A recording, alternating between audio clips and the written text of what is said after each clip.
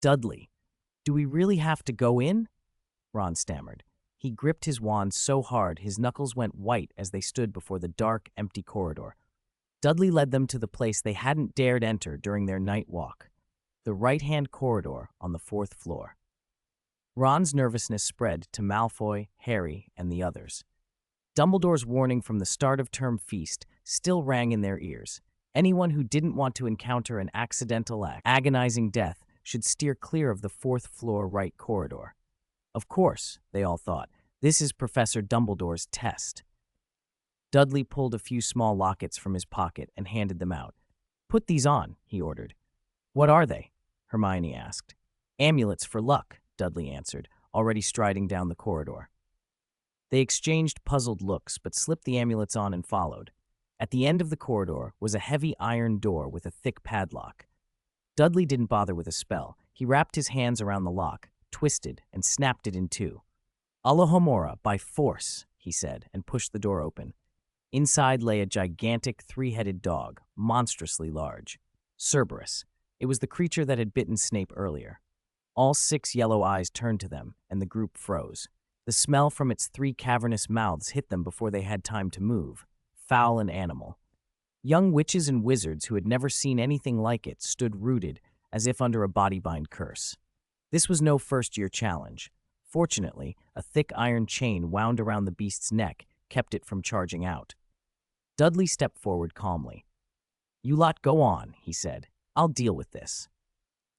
From his waist pouch, he took an iron ingot, clapped it between his hands, and transfigured it into many iron chains. He bounded the dog's 4 paws from different directions. Taking that chance, Harry and the others pried open the trapdoor beside the creature and jumped down one by one. Before she went, Hermione cast a worried glance at Dudley.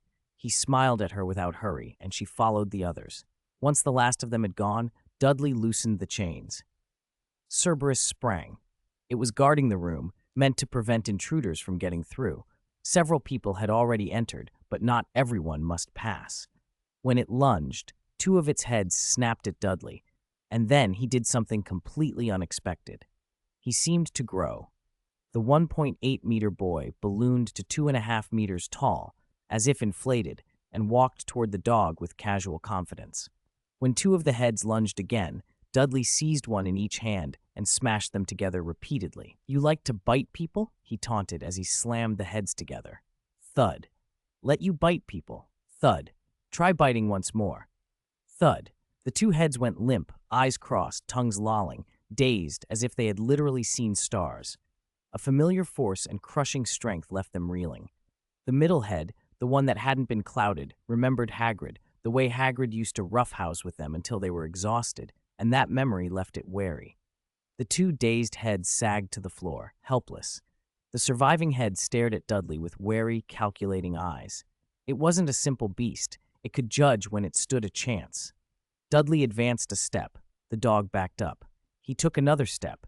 It backed away again, until it was pressed against the wall. Dudley took one more step. With nowhere left to retreat, the remaining head gave a long, mournful howl and then abruptly shut its eyes. It began to thrash at the air in front of it, staggering and flailing in place as if seized by a violent spasm. Was it having a seizure, acting like it had rabies? Dudley didn't know. He could understand magical creature speech enough to tell some things, but not this random barking and convulsions. Fearing the worst, especially because Snape had been bitten in the thigh earlier and the wound was a nasty one, Dudley didn't wait to find out. He opened the trapdoor and jumped down after the others, not planning on another fight. With its eyes shut, Cerberus sniffed the air and waited until Dudley's scent faded. When it became certain he was gone, it opened one eye cautiously, then both, and let out a human-like sigh of relief. It had smelled something familiar on that other person, a trace of Hagrid's rock cakes, and decided it was best to play dumb. Everyone called it a stupid dog, but it could be very shrewd. Before it could rouse its 2 still-dazed heads, a new scent came from the doorway. It bristled and bared all 3 sets of teeth.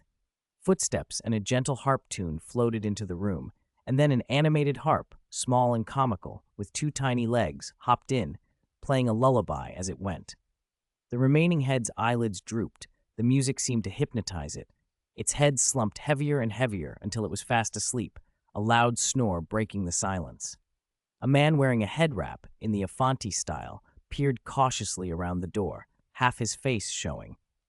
Seeing Cerberus snoring, he relaxed and walked in boldly.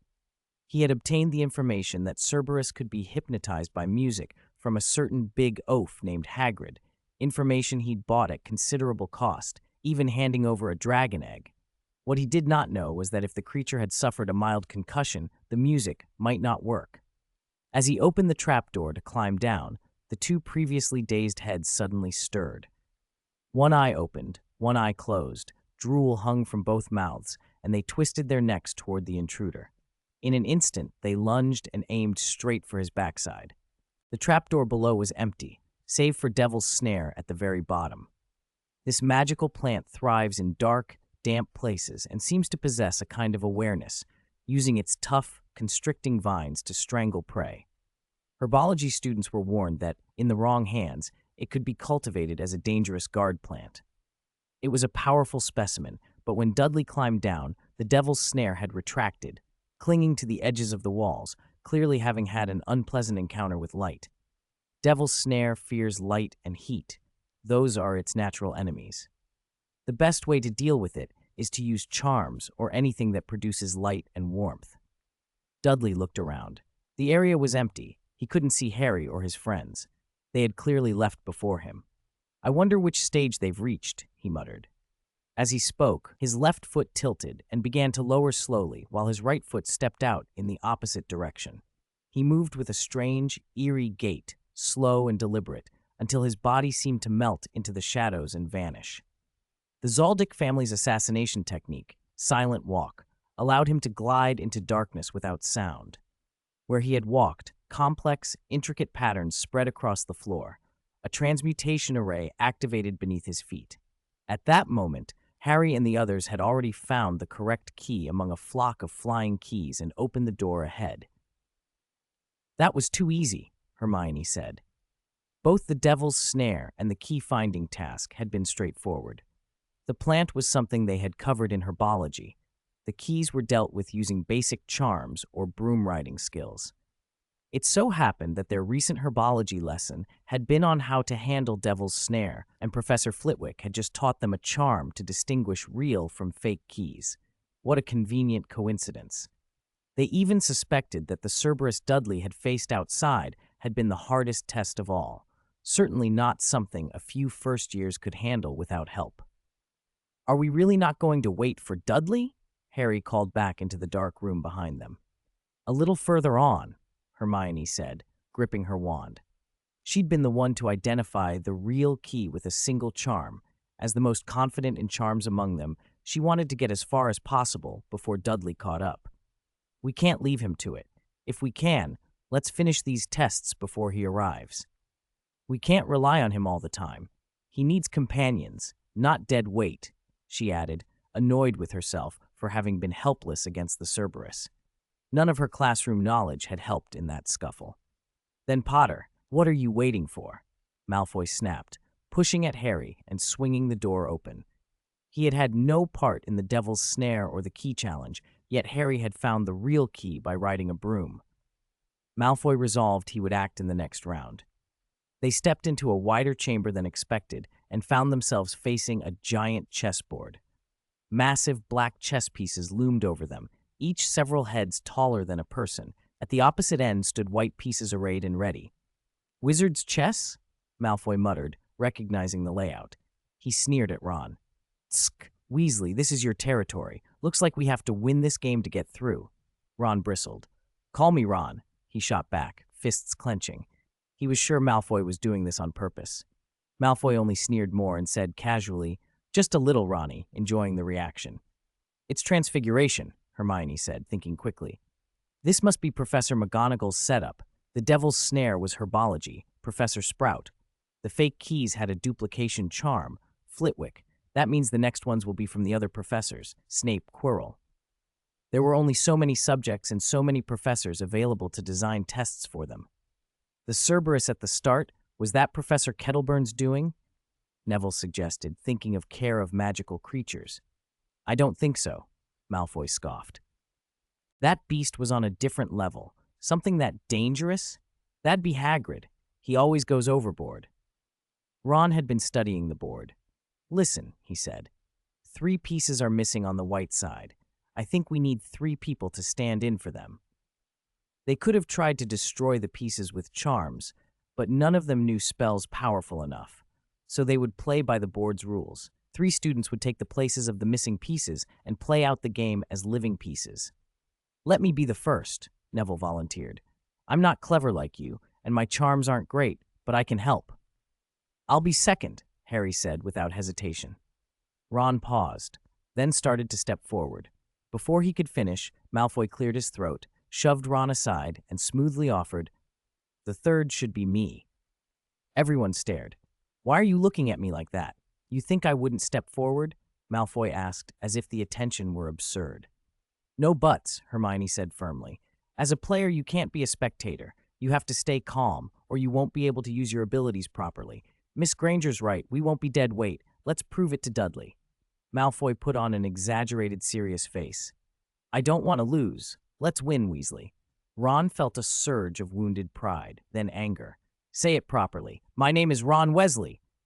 "All right, Mr. Weasley," murked. Ron lunged at him, hand out. "Malfoy, you." Chapter 103, 101. Malfoy's Realization. Ron took a deep breath, squared his shoulders, and began to play. They called it wizard chess, but it was really just like international chess. The pieces, the rules, only these pieces moved. With a clang, the white knight cleaved through a black pawn, scattering it into fragments across the board. Ron's breathing quickened, his face flushed, and his palms were slick with sweat. The sword's blow had been terrifyingly real. If it hit him, Malfoy watched him coolly. "Don't panic, Leonardo. Calm down. You can do it."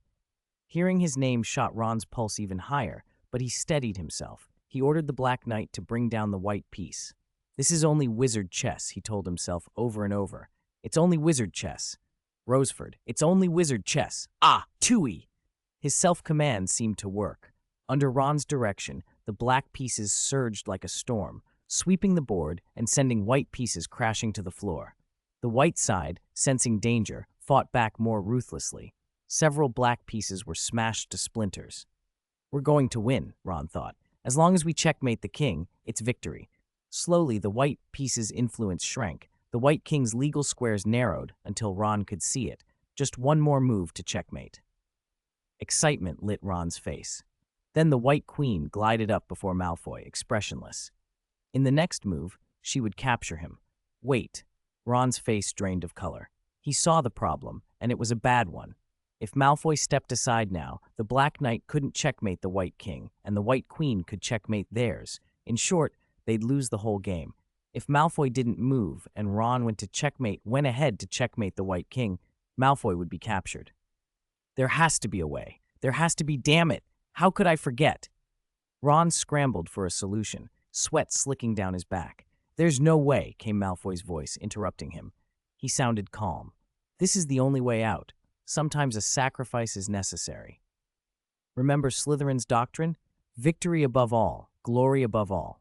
Remember what the Sorting Hat said? Those cunning and insidious people will stop at nothing to achieve their goals. We must win. We must be victorious. We are not a burden. Go, Black Bishop, claim the final victory." Malfoy took Ron's command and had the black piece deliver checkmate to the White King. Dudley had once told him that Gryffindor and Slytherin had once been very close, bound by life and death, true comrades who could trust each other's backs. Maybe their philosophies differed, but that didn't mean the feelings weren't sincere. Draco had always wanted such bonds. He longed for real friends. He knew Ron was a great chess player. He'd never said it, but he knew his own skill wasn't inferior. The White Queen moved expressionless toward Malfoy. Ron squeezed his eyes shut. Harry and Neville shut theirs. Hermione couldn't bear to look, but kept her eyes open enough to follow the motion. Malfoy closed his eyes, accepting what he thought was his fate. Now he told himself, "Ron, Potter, everyone, we are friends." Thud. It was not a violent blow. The White Queen simply tapped Malfoy lightly on the head, and with a soft thump, he slumped unconscious. "He should be all right, right?" someone breathed. When Malfoy wasn't torn to pieces, everyone exhaled. Neville peered at him and said, The force was lighter than D-Gay usually uses, not fatal. He'll be out for a while, though. Let's move on to the next stage, Harry said. The door opened, and a nauseating stench hit them. It burns my eyes, Harry complained, rubbing at his face until tears streamed down. The smell wasn't just foul. It was like a biological weapon, exactly the sort of thing D-Gee had talked about. A strange roar came from deeper in the room, and the odor intensified. Hermione waved her wand and reduced the smell enough for them to see. It's a troll. A massive, reeking creature barreled toward them, arms thrashing. The young wizards drew their wands and, without panic, cast a series of charms. The troll collapsed to the ground. After the Halloween troll incident, a professor had taught them how to handle a troll and even allowed them to practice on a captured one. So this stage was almost easier than the devil's snare. The troll barely had time to lurch before it was down. Holding their noses, the students hurried through. The stench was unbearable. Lingering would have been torture. The next room contained a simple table with 7 oddly shaped bottles lined up on it and a wall of fire blocking the way. A roll of parchment lay on the table with a list of clues. "Is it a logic puzzle?" Harry asked, scanning the clues. He'd seen similar problems back at St. George Elementary, but he hadn't paid much attention then and couldn't recall the solutions now. So he looked silently to the one top student present, Hermione. "No," she said after picking up one bottle and sniffing it. "It's a potions puzzle." The vials were Snape's work. Ordinary wizards couldn't distinguish them unless they were potions masters themselves. Fortunately, Snape had provided enough hints. Hermione worked through them quickly. "There's only enough of the right potion for 2 people, she said, frowning at the amounts. She hesitated, brows knitting, then looked at Harry with a serious expression. "I think this potion is for you and Neville to drink." Chapter 104, 102. 2 saviors? Lord Voldemort chooses again. "Why, Hermione? It should be you and Harry. You're much more useful than me." Neville cried out the moment Hermione spoke. "There's almost nothing you don't know." Hermione hadn't earned her reputation for nothing. Her store of knowledge was richer than most of them who'd grown up in the wizarding world. She could almost always reach for the right charm for any situation. "Listen to me, Neville," she said calmly. "You and Harry have the strongest practical combat skills among us. If Hermione had the most knowledge, Harry and Neville had the best hands-on fighting ability." After the professor's tutoring, Harry had shown astonishing talent. He wasn't the fastest learner, but he improved incredibly quickly. Neville, on the other hand, had a knack for battle intuition. He'd copied Dudley's fighting style enough times that he knew where to be, even if he wasn't as strong. Malfoy had already passed out, and Ron, this sort of thing wasn't Ron's strength. He had other uses. In terms of knowledge, you're not worse than me. Especially you, Harry. "Have you been studying secretly?" Hermione asked. Harry scratched his head awkwardly. He had been studying. Lately, people had started calling Dudley some silly nickname, DG, and that had given Harry a strange sense of rivalry. It wasn't that he wanted to stop Dudley from being popular, but something inside him had stirred. Ron stared at Harry in disbelief. "We eat, sleep, exercise, and play together. How did I not know you were sneaking off to study?" "Harry, Neville," Hermione said. "I'll leave the rest to you, but don't overdo it. I think Dudley will be here very soon." "But we drank the potion. What about Dudley?" Harry asked. "Dudley will find a way, because that's Dudley," Hermione said with complete confidence. Harry and Neville exchanged glances and nodded. They each took a half, drank the potion, and plunged through the wall of fire. Almost at the same moment, an invisible shadow slipped in behind them. The room was empty, except for a single mirror set in the center. There was no door behind them. This was the final chamber. "Maybe we'd finish before Dudley gets here," Harry thought. "Harry, this mirror, come look." Neville's voice cut through his thoughts. He stood in front of the mirror, transfixed. Harry recognized it at once, the mirror of Erised, the same mirror he'd seen at Christmas. Neville stared at his reflection as if he could scarcely breathe. "I see my parents. They're back, fully healed." Neville was almost in tears with joy. "Listen to me, Neville. It's not real," Harry said, remembering Dudley's explanation of the mirror's principle. He hurried forward to steady him. "Calm down. I saw my parents in there too once. It's an illusion." Potter is right, said a strange voice. Harry turned. A figure stood in the corner of the room, familiar and yet different. The only professor who hadn't given them extra lessons, Professor Quirrell. The man who had fainted when the troll came, who had stammered through his lessons. Now he stood in the doorway, speaking smoothly, with no trace of his old stutter. His face was grave, his posture oddly controlled. Harry felt something was wrong.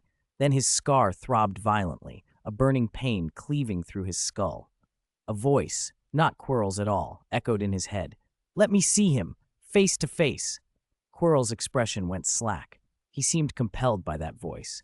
Slowly he unwound the thick turban from around his head, turned, and revealed the back of his skull, something no ordinary man should have. Another twisted human face had grown there. "Look what I've become," the face said. Its mouth moved in a horrifying way, not with normal vocal cords, but something else made the words come. Only shadow and vapor remain. "This is all your fault, Potter." It was Lord Voldemort. No, only the lingering fragment of him, lodged to the back of Professor Quirrell. Because of you, I can only share a body now. But I never dreamed you would appear before me." As the voice spoke, Quirrell's body obeyed it.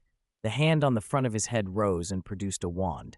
With a slight flick, countless cords of light leapt from the wand and wrapped around Harry, binding him layer by layer. Against such overpowering magic, Harry could do nothing.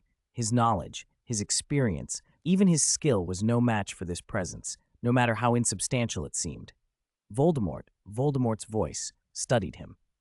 "He's just an ordinary, common young wizard," it said slowly, confused. Why was he able to kill my perfect self 11 years ago? Its tone was a mixture of bafflement and a gathering, murderous intent. This was a once-in-a-lifetime chance, the opportunity to end Harry Potter. Taking advantage of Voldemort's distraction, Neville fumbled in his pocket and pulled out a handful of seeds.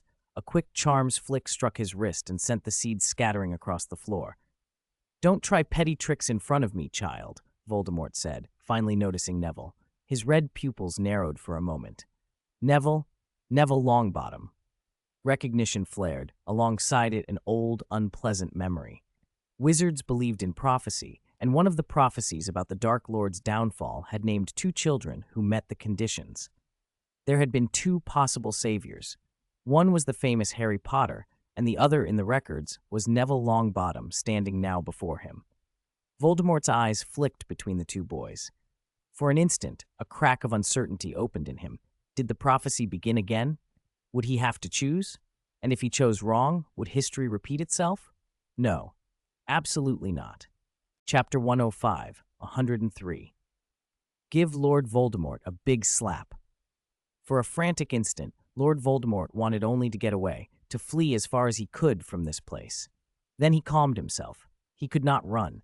He had been a broken, scattered thing for 11 years, a remnant hiding in the bodies of small animals in Albania, scraping out an existence worse than a stray dog's. He had not dared to seek out the powerful followers who once prostrated themselves at his feet.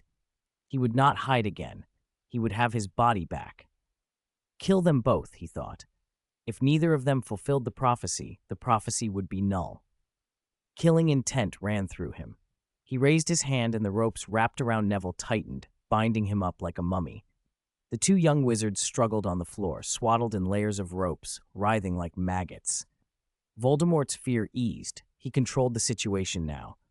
Quirrell might be a mess, but he was an adult, and Voldemort was inside him. How could mere children possibly stop him? "Give me the Philosopher's Stone," he hissed. First, he must seize the stone, restore his body, and return to power. With a wave of Quirrell's hand, Harry's body hurtled toward the host. Voldemort was certain the stone was in Harry's possession. Dumbledore's defenses underground had been laid with subtle traps, and Dumbledore itself believed in prophecy even more devoutly than Voldemort. He seized Harry's shoulder, intending to snatch the stone, to kill Potter, to kill Longbottom. The instant his hand touched Harry, the advantage reversed. Where his palm met cloth and skin, Quirrell's flesh began to dissolve, as if it had been sprinkled with a consuming powder. The skin on Quirrell's wrist and forearm sloughed away. He howled in pain, and Voldemort felt a sickening burn. A protective charm, and one that targeted Voldemort specifically, lay on Potter. In a flash, Voldemort understood the nature of his first defeat, but understanding came too late. The body he shared with Quirrell could not sustain the backlash. It melted away. Ding. As Quirrell's body liquefied, Voldemort shrieked. His essence poured into the air as a foul, viscous pool, then contracted into a shadowy vapor that coalesced into a distorted, human-like face. He abandoned Quirrell's ruined shell and fled toward the door, screaming curses and threats. "I got here just in time," said a voice at the doorway. Dudley Dursley stood in the doorway, exactly in the path Voldemort's remnant took. He did something no one expected. He raised his hand and slapped the vapor. Golden light flared in the room. Voldemort's remnant, reduced to a gaseous smear, had no fear of a mere slap. A soul had no body to hurt. He recognized Dudley from their encounter in the Forbidden Forest. The boy's raw physical strength had been striking. Voldemort intended to possess Dudley and move on. He would not touch Harry. He would kill Potter by other means and snatch the stone from Longbottom. He surged toward Dudley's body. Dudley's slap was no ordinary blow. A golden film shimmered across his palm. Ripple. Ripple Overdrive, an advanced application of Ripple Chi, flared like liquid sunlight. It was a technique that magnified physical power and awakened life energy, and it was lethal to creatures steeped in darkness. The golden slap hit Voldemort square in the face. The remnant's twisted features registered shock for an instant before he was hurled against the stone wall with a bone-shaking thud. The black vapor fractured and scattered. Strands of darkness tried to reknit themselves, but the ripple light kept shredding them. Voldemort failed to coalesce several times in a row. Eventually, the blackness gathered again, but it was thinner, paler, as if it might vanish with the next strike. Humiliated, the once terrifying Dark Lord seethed. He stared at Dudley with everything like a broken, rasping voice. He dared not attack again. The slap had cost him years of vitality he had scraped up in Albania. Another hit would finish him for good. At the same time, he coveted Dudley more than ever. Ripple didn't just add force. It filled Dudley with vigorous life energy, the very thing Voldemort craved. If he could possess this body, he might recover quickly. Dudley stood with his fingers splayed, his hand hovering a few millimeters from the sizzling face of Voldemort. His waist was twisted in a peculiar stance, silver moonlight pouring through the high window and painting him in stark relief. He was immense, about 2.3 meters tall, every muscle bulging, an imposing figure in the moonlit room. A faint, almost ridiculous tune, Aya Aya, seemed to hang in the air as if a background track accompanied the scene. This was Dudley Dursley under the moonlight. Chapter 1614, Turning Lord Voldemort into the Philosopher's Stone. You're finally here!" Neville cried, eyes shining as he stared at Dudley. Such a cool pose. I want to be like Digi when I grow up." Harry, for his part, was unconscious. Whether the protective charm had exhausted him when it activated or not, he missed the scene entirely when Lord Voldemort's remnant soul rushed out. Escape. That single thought dominated the remnant soul's mind. If he could not win, at least he could run. With only a thread of soul left, Voldemort had no desire to fight Dudley. He had no body and couldn't get close. If Dumbledore appeared, he would be finished. Even another slap from Dudley would be fatal. He was already almost nothing more than shadow and vapor. Running should have been simple. Passing through walls was his usual trick. Unless something specifically stopped souls, an ordinary protective charm shouldn't hold him. Voldemort's remnant soul tried to slide past Dudley and pushed his head through the wall. Bang! Something unexpected happened. The wall that should have yielded to him instead seemed to have an added, invisible barrier. The soul he had painstakingly formed shattered, and faint black mist scattered. "Dear Dark Lord, it's rude to leave without saying goodbye," Dudley said, chin lifted in mockery. He patted the closed door behind him. "From now on, this is a one-way passage." He snapped his fingers. The walls faintly glowed, symbols blooming across them, alchemy arrays. Dudley had begun carving them as soon as he entered the underground chambers. These rooms were already covered. He reached toward Voldemort's remnant soul, fingers splaying. The arrays contracted rapidly, shrinking until the remnant was confined to less than half a meter. Voldemort didn't know what Dudley intended. He didn't even recognize the markings. Panic flared. He struck the wall again and again. Each attempt shattered him. Reassembling, he darted frantically within the tightening circle, searching for an opening. What are these? Charms? Dark arts? Ancient runes? No, I've never seen anything like this. He combed his memories hopelessly, but found no answer. There were things in the wizarding world he didn't know about? As the most terrible Dark Lord the world had seen, he thought, I should know everything. Yet now, with only a sliver of soul left, he was reduced to pleading. Alchemy, Dudley said slowly. For Voldemort, the word meant nothing. It was a foreign thing, a product of another system. Could he even comprehend it? Still, the word stopped him cold. He had never reached this level of confusion even facing Dumbledore. Dudley turned to Neville, who was still blinking from shock. See this poor wretch? Do you know who he is? Neville had guessed from the earlier exchange between Harry and the remnant soul, but hadn't been certain. He's the Dark Lord, Lord Voldemort, the one who terrorized the wizarding world over 10 years ago. Now, his fate is in my hands. At the name, Neville flinched. It wasn't that he had seen Voldemort's power firsthand. It was a reflex from growing up with the stories. To Neville, Voldemort was the stuff of childhood terrors, like a bogeyman. And now that same figure was being toyed with by Dudley. Neville's admiration for Dudley climbed to new heights. If Harry were awake, he would have said, "That's DG. There's nothing DG can't do." If they'd had a head-to-head fight, Dudley might not have been able to defeat Quirrell-possessed Voldemort outright at a distance. But Harry's protective charm, love, and Dudley's ripple key gong had already ravaged Voldemort's fragile, newly gathered body. Quirrell had collapsed. Voldemort's remnant had been expelled. If Dudley had aimed for Neville instead, the result would have been similar. Neville wore the item Dudley had prepared, and Ripple Qigong would have driven the remnant out just the same, perhaps less violently, but still effectively. Voldemort, desperate, switched tactics. He begged, he promised things, he dangled bargains, the old tricks that had worked on weak or greedy wizards before. He tried threats next, but Dudley simply ignored him, even pointing out contradictions in his offers and explaining why none of them would work. Neville learned something, nodding as if he'd gained new knowledge. At last, Dudley moved to the final step. A pattern unfurled beneath the remnant soul, a circle enclosing a regular heptagon. His purpose had been clear from the beginning. Dudley had a bold plan to refine Lord Voldemort's remnant into a philosopher's stone. Chapter 107, 105. Hogwarts is not safe at all. Now, the Philosopher's Stone has many names in the world of Full Metal Alchemist: the Red Elixir, the Heavenly Stone. Most commonly, it appears as a blood-red gemstone. It is unique. Where ordinary alchemy must obey the law of equivalent exchange, the Philosopher's Stone breaks that law. It amplifies an alchemist's power, allowing transmutation beyond normal limits. In the hands of an alchemist, it is almost divine. That said, the Philosopher's Stone from Harry Potter is a different thing. In Rowling's world, the Philosopher's Stone is a legendary ingredient for producing gold and the elixir of life. In Full Metal Alchemist, the Philosopher's Stone is primarily an amplifier for alchemy. If they were the same, stealing the Hogwarts Philosopher's Stone from Neville would have spelled doom even for the reborn Dark Lord. The ways to make a Philosopher's Stone are brutal.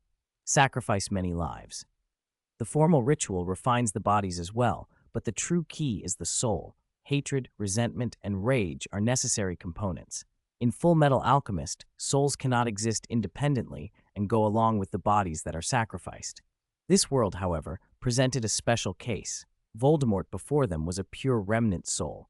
His physical form was little more than half a torso. The difference between a human body and raw meat mattered little to an alchemist. Wait, we can talk. Let me go and I'll give you anything. I know where many treasures lie. I know much magic. Voldemort's voice was a constant, seductive hiss, but Dudley ignored it as he began to weave the transmutation. A blood-red light bloomed from the transmutation circle as Dudley brought his hands together. Voldemort's remnant howled as he felt his soul pulled apart, every thread of hatred and unwillingness draining away. For a Philosopher's Stone, you needed souls, yes, but you also needed the bitterness and rage that came with them. Voldemort's remnant was the perfect ingredient, a concentrated well of malice. The red light dimmed. In the center of the circle, a jewel lay gleaming, a crimson gem, no different at first glance from a ruby, but emitting a peculiar, mesmerizing glow to an alchemist's eye. Dudley walked into the circle and picked it up. It was cool to the touch. The system's dry message blinked up at him. Killed Lord Voldemort's remnant soul once. Obtained. Dudley didn't linger to read the prompt closely. He only had a quick, pragmatic thought. In other worlds, creating a philosopher's stone might cost thousands, even whole cities. This one required nothing living beyond a thing already half beyond life. He had no moral qualms about using Voldemort's remnant. After what had happened when he'd been saved by a mother's love, Voldemort was no true living person anymore. His remnant would have been destroyed in time anyway. Better to put it to use. Just as he was about to leave, something else caught his eye in the center of the circle, a tiny object hidden under a film of dust. Without the Data Eye's prompt, he might have overlooked it. Dudley brushed the dust away and revealed a little sapphire blue stone, no larger than a fingernail. "What's this?" he murmured, picking it up. The system labeled it simply, magic crystal.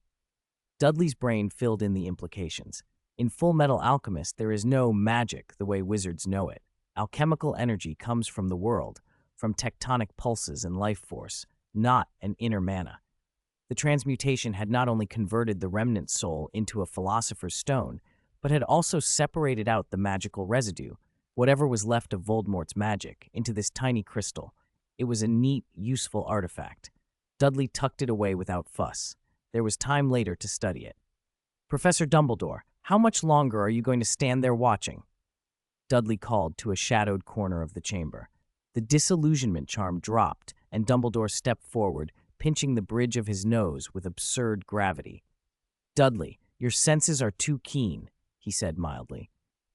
"And perhaps eat fewer sweets. I can smell the honey on you from 100 meters. "That's my only hobby," Dudley replied without embarrassment.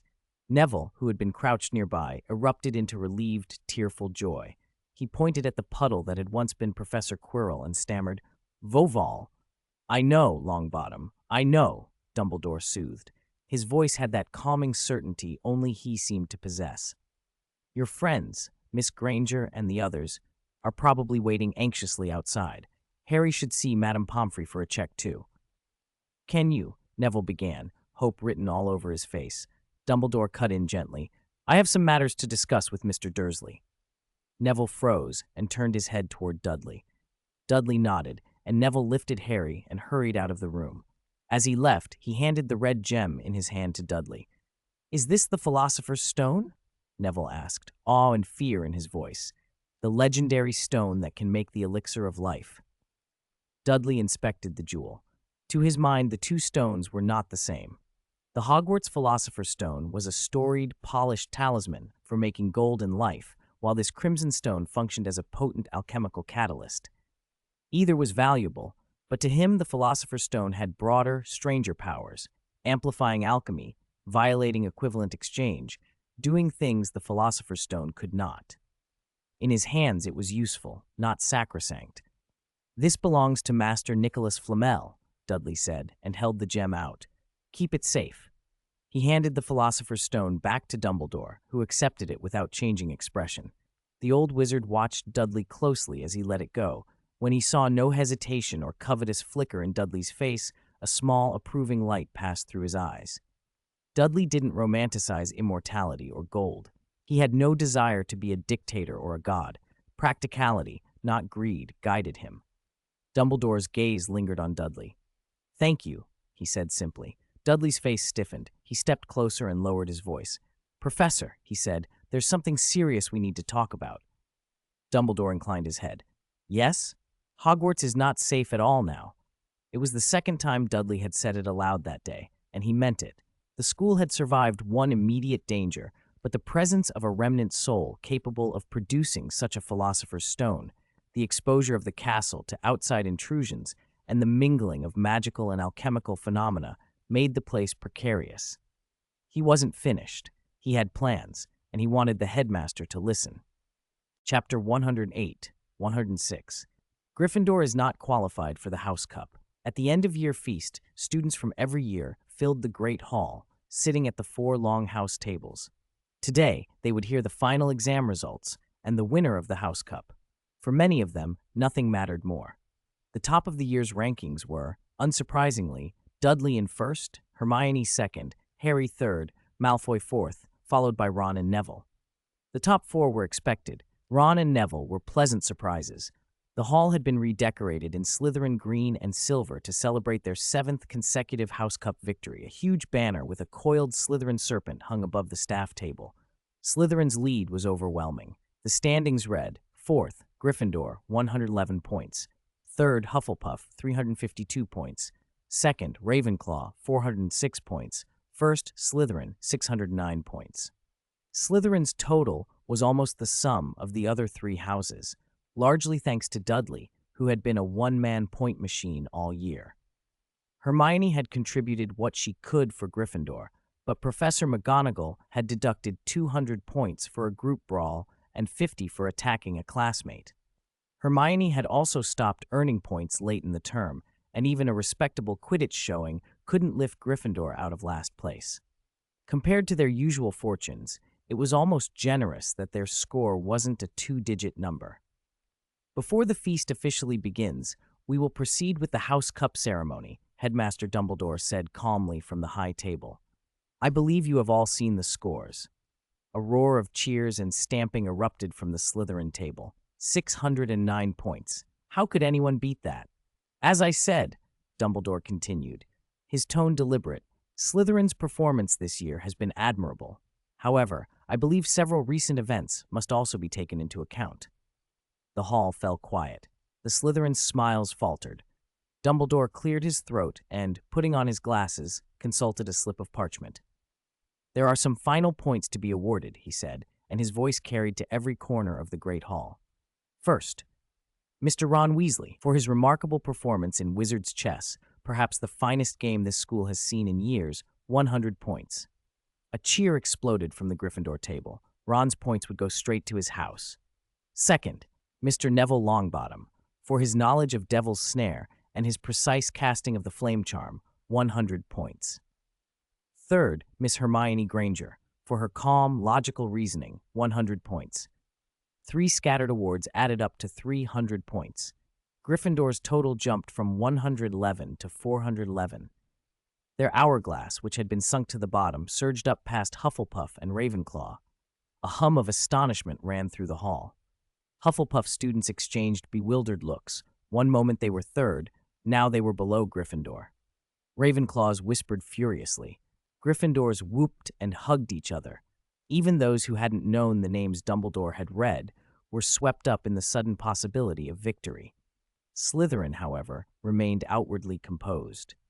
This is still 609 points, someone at their table muttered. Even with 300 more, they can't catch us. Who could add another 200? Dumbledore went on without acknowledging the mutters. Fourth, Harry Potter. He has shown fearless courage and extraordinary bravery. For this, 200 points. Silence fell like a hand over the hall. The new total read 611, 2 points more than Slytherin's 609. For a breathless second, everyone stared at Dumbledore. Then the Gryffindor table erupted into thunderous cheers. Red fireworks shot into the rafters, turning the green streamers a brilliant crimson. The older students stood, waving their wands. Together, they conjured a great lion to replace the Slytherin serpent above the staff table. Glory to Gryffindor! The House Cup belongs to Gryffindor, rang across the hall as the house celebrated. The Slytherins went pale. How could they have been toppled after such a lead? Surely this was unfair, they thought. These weren't earned the same way. But the points had been awarded by the headmaster himself.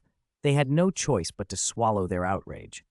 Someone from another table called out, "Hey, Slytherin, tough luck." That broke what little composure they'd managed to keep. They turned, eyes flashing with anger at the celebrating Gryffindors. Oddly, some of the very people Dumbledore had spoken of seemed unmoved. Hermione, Neville, and Ron showed little outward emotion, and Professor McGonagall, the one who, by all rights, should have been beaming, kept her face composed, betraying no reaction. Dumbledore sat quietly, watching the scene unfold. A sudden sound, windows and doors trembling with a sharp bang, silenced the hall again. A figure had walked into the center. His voice was neither loud nor theatrical, yet it cut through the murmurs and reached every ear. I think Gryffindor is not qualified to receive the House Cup.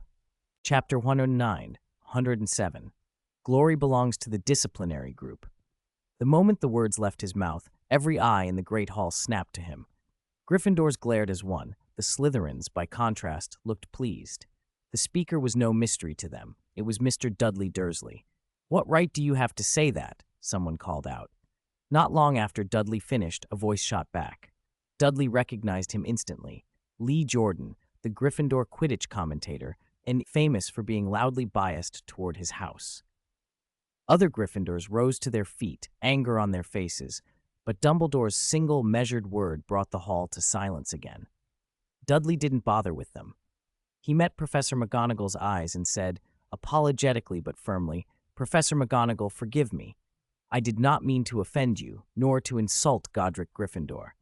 I'm talking about these Gryffindors here, those who have done nothing. They aren't qualified and shouldn't receive the House Cup." He was speaking to the students, not to the professor. Reckless, impulsive, prankish, always getting into trouble. Were those the sort of people who deserved the House Cup? If Gryffindor truly deserved it, their score wouldn't be a paltry 111 points. Without Hermione answering questions, Gryffindor had scraped barely over 100 after 2 semesters. Letting them win first place would be an insult to the hard-working students in the other houses. Hufflepuff, for example, was far more deserving. "I think the Gryffindors don't understand one thing," Dudley said. His voice was low and carried easily across the hall. He met the many hostile eyes without a trace of nervousness.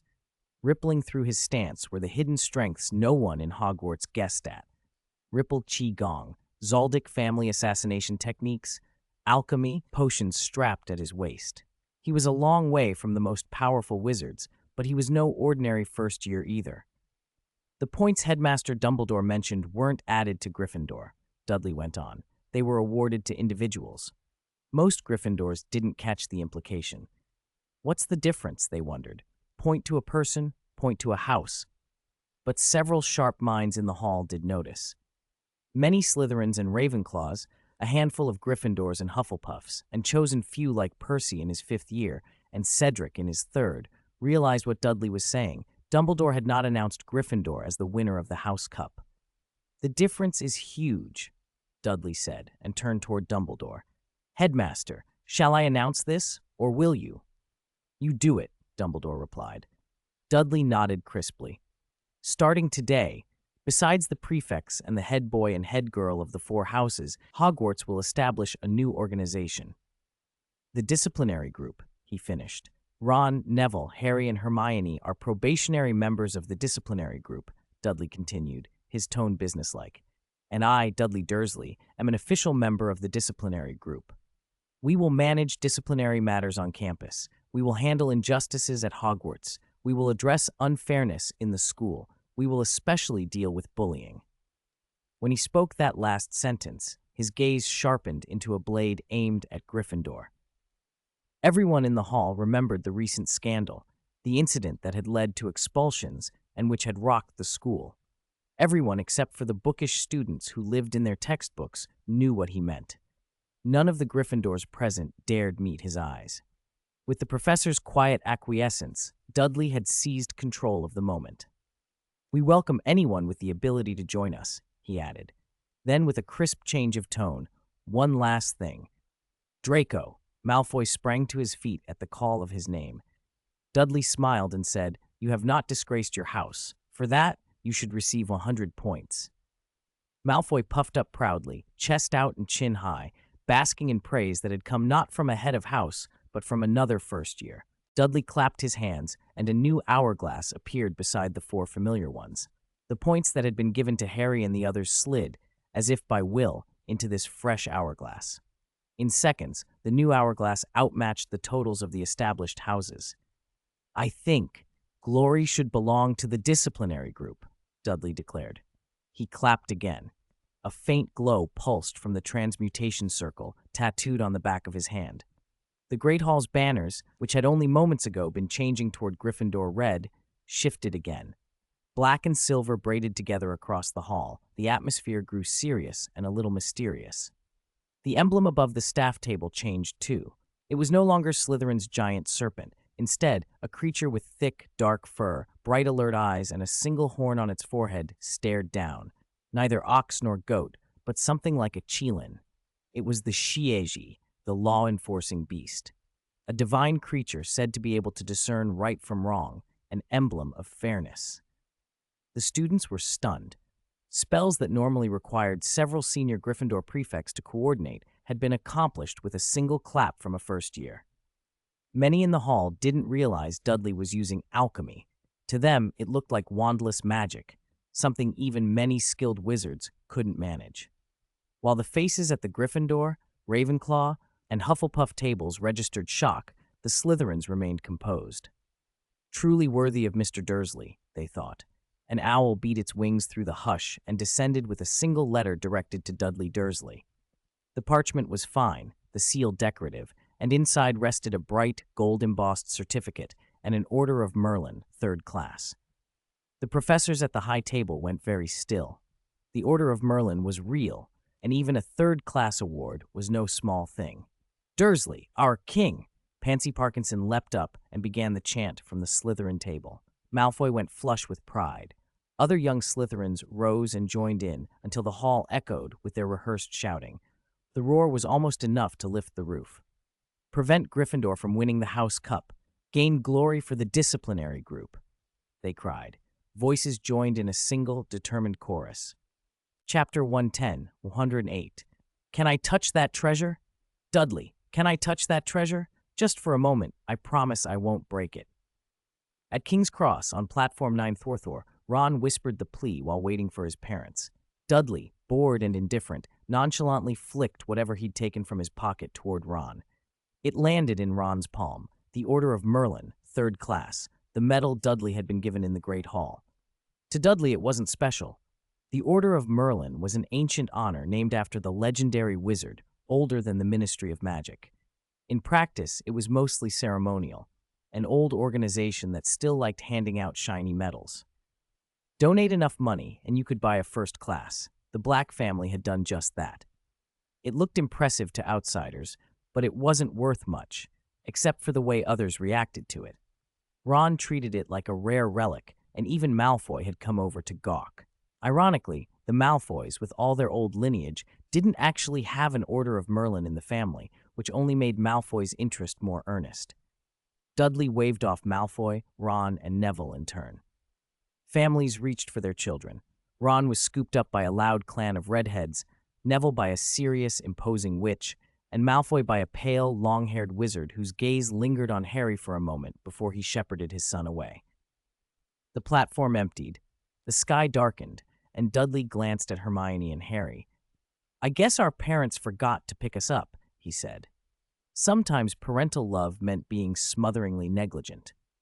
Back on Privet Drive, all 4 adults, the Grangers and the Dacilus, were in the yard having a barbecue, celebrating, or at least pretending to.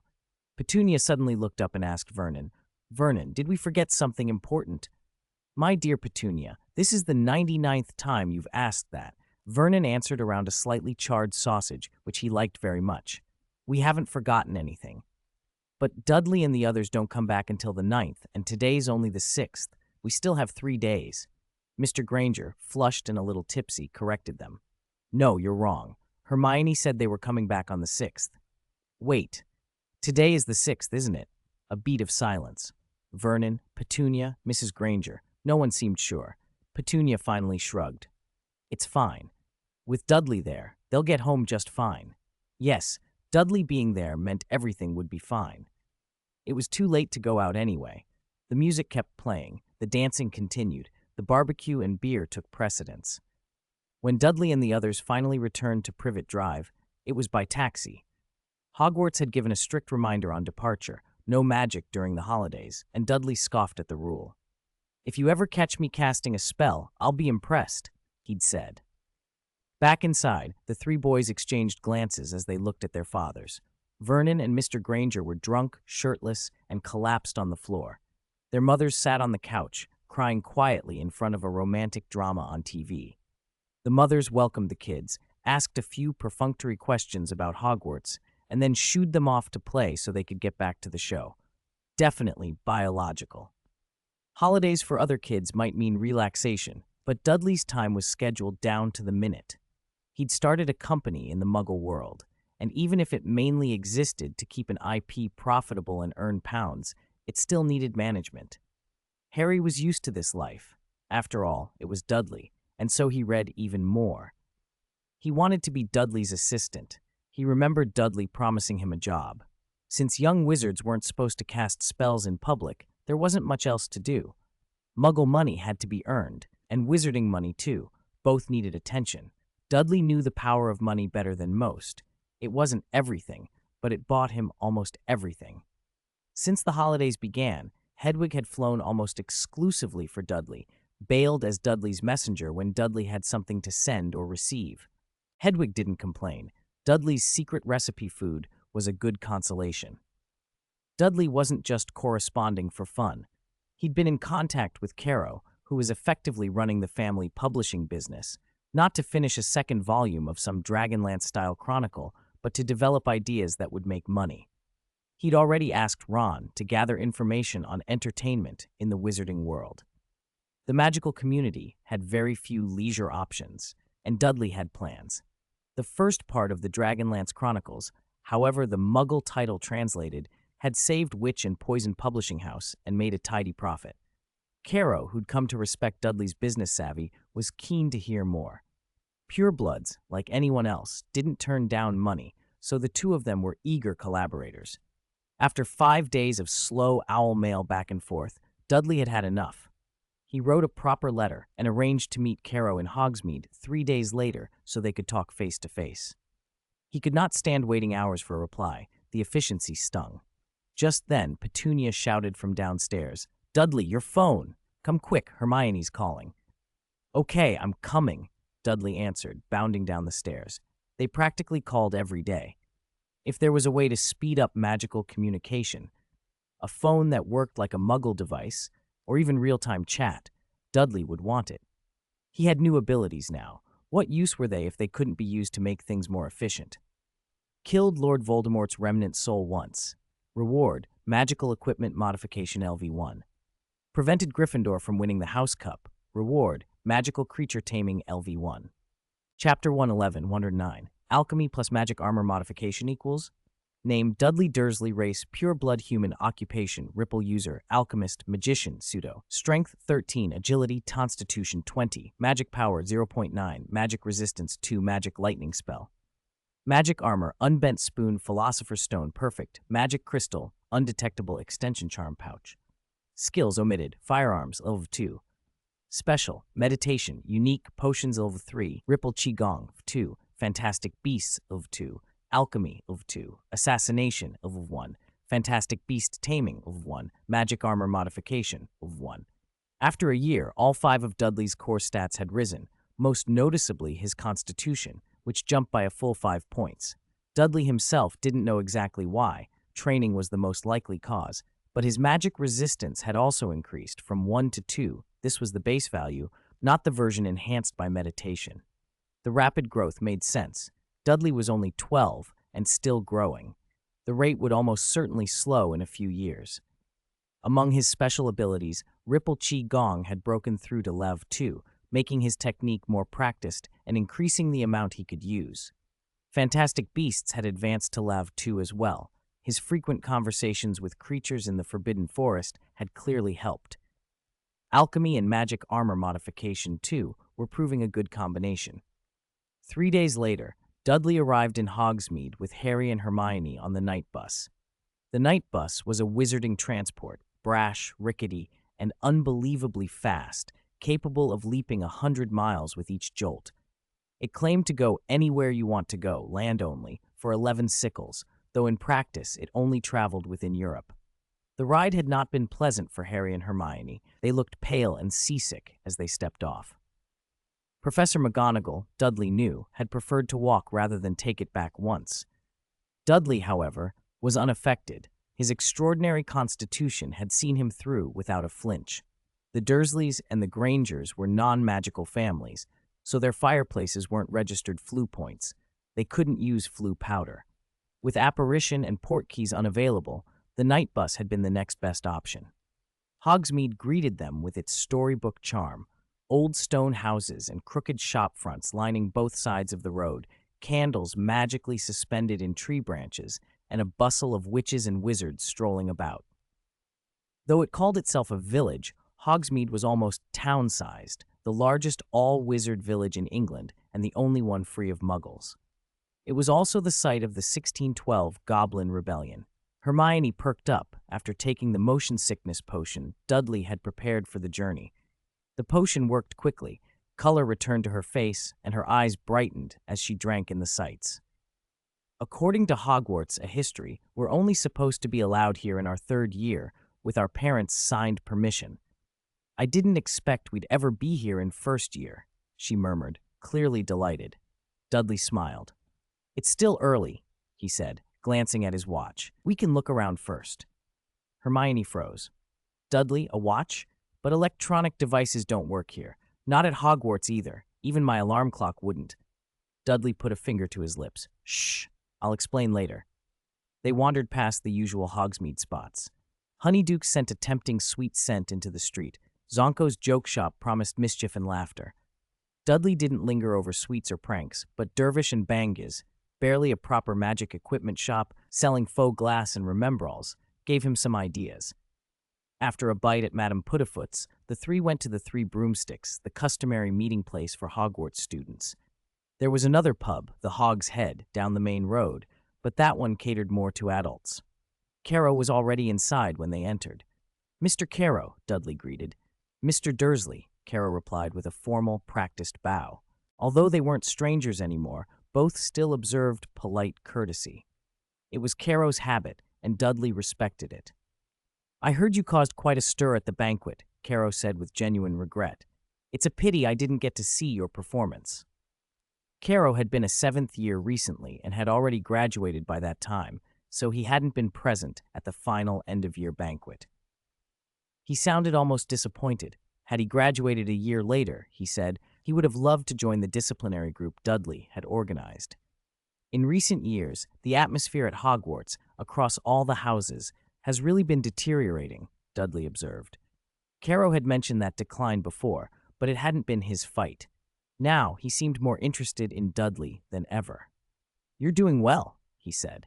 I heard you're about to take a post with the Department of International Magical Cooperation, the British branch of the International Confederation of Wizards. There was no rule in the wizarding world preventing officials from running businesses. Holding a ministry office and owning the witch and poison publishing house weren't mutually exclusive. Many pureblood nobles combined influence and enterprise, serving both as referees and players in the same game. Dudley had clearly picked up on that.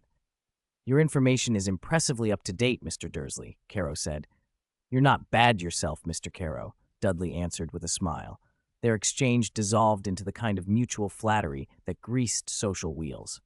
Just then, a waitress came over with a pen and a tray. Excuse me, what can I get for you? She asked. Chapter 112. Men All Like It. She was a woman of striking presence, her long hair falling like a waterfall over milk-white, slender shoulders. Her S-shaped figure was graceful and arresting, and her generous bosom, impossible to miss at a glance, left a lasting impression. If one word could sum her up, it would be well-preserved. Madame Rosmerta, landlady of the Three Broomsticks, carried a mature charm that proved dangerously attractive to many 17 or 18-year-olds. Dudley had caught Caro staring at her more than once. Caro's look seemed casual, sweeping back and forth over the low neckline, his Adam's apple bobbing as he swallowed. He was, by any measure, a repressed pervert. Caro was the only one in the group drawn to Rosmerta. Hermione was a girl, Harry was still a child, and Dudley himself wasn't all that interested. Rosmerta might look young, but she was at least in her 40s. According to what Dudley knew, she'd been running the Three Broomsticks since the 1970s.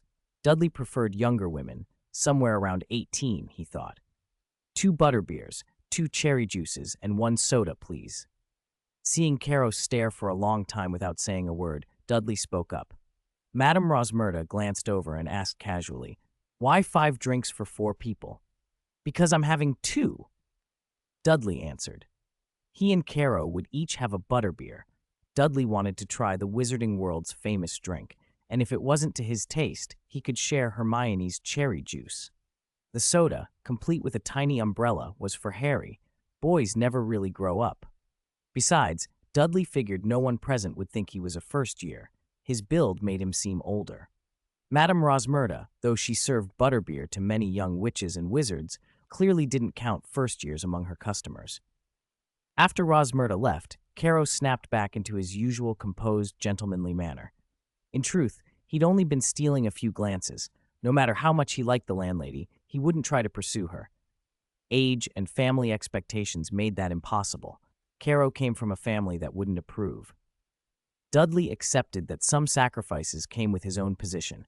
Free love and marrying for love were not on the menu. Shortly after, 5 drinks arrived. The butterbeer was surprisingly refreshing, the cherry juice far cloying. Dudley discreetly shared some butterbeer with Hermione. Under the dim yellow light, the 4 of them sat around a small round table, sipping and talking. They quickly moved to the real reason they'd met, a new money-making scheme. Dudley had sketched out a plan for a simple but original board game. He pulled the prepared proposal from the pouch at his waist and handed it to Caro. As Dudley explained, Caro's eyes brightened. With Dudley's ideas and Caro's family connections and resources, Caro was sure a board game could sweep the wizarding world and bring in galleons by the sackful. Face-to-face meetings were best. Letters sent by owl were too easily forgotten and lacked privacy. As expected of Mr. Dursley, he's clever and his ideas are not ordinary, Caro thought. They discussed finer points, launch strategies, profit distribution. Their previous cooperation made agreement quick. In the end, they settled on a 50-50 split. Caro could have insisted on more. Dudley had initially proposed a 30-70 split in Caro's favor. Dudley would supply the concept, Caro would handle production and operations, which meant unequal time commitments. Dudley being content with half was generous.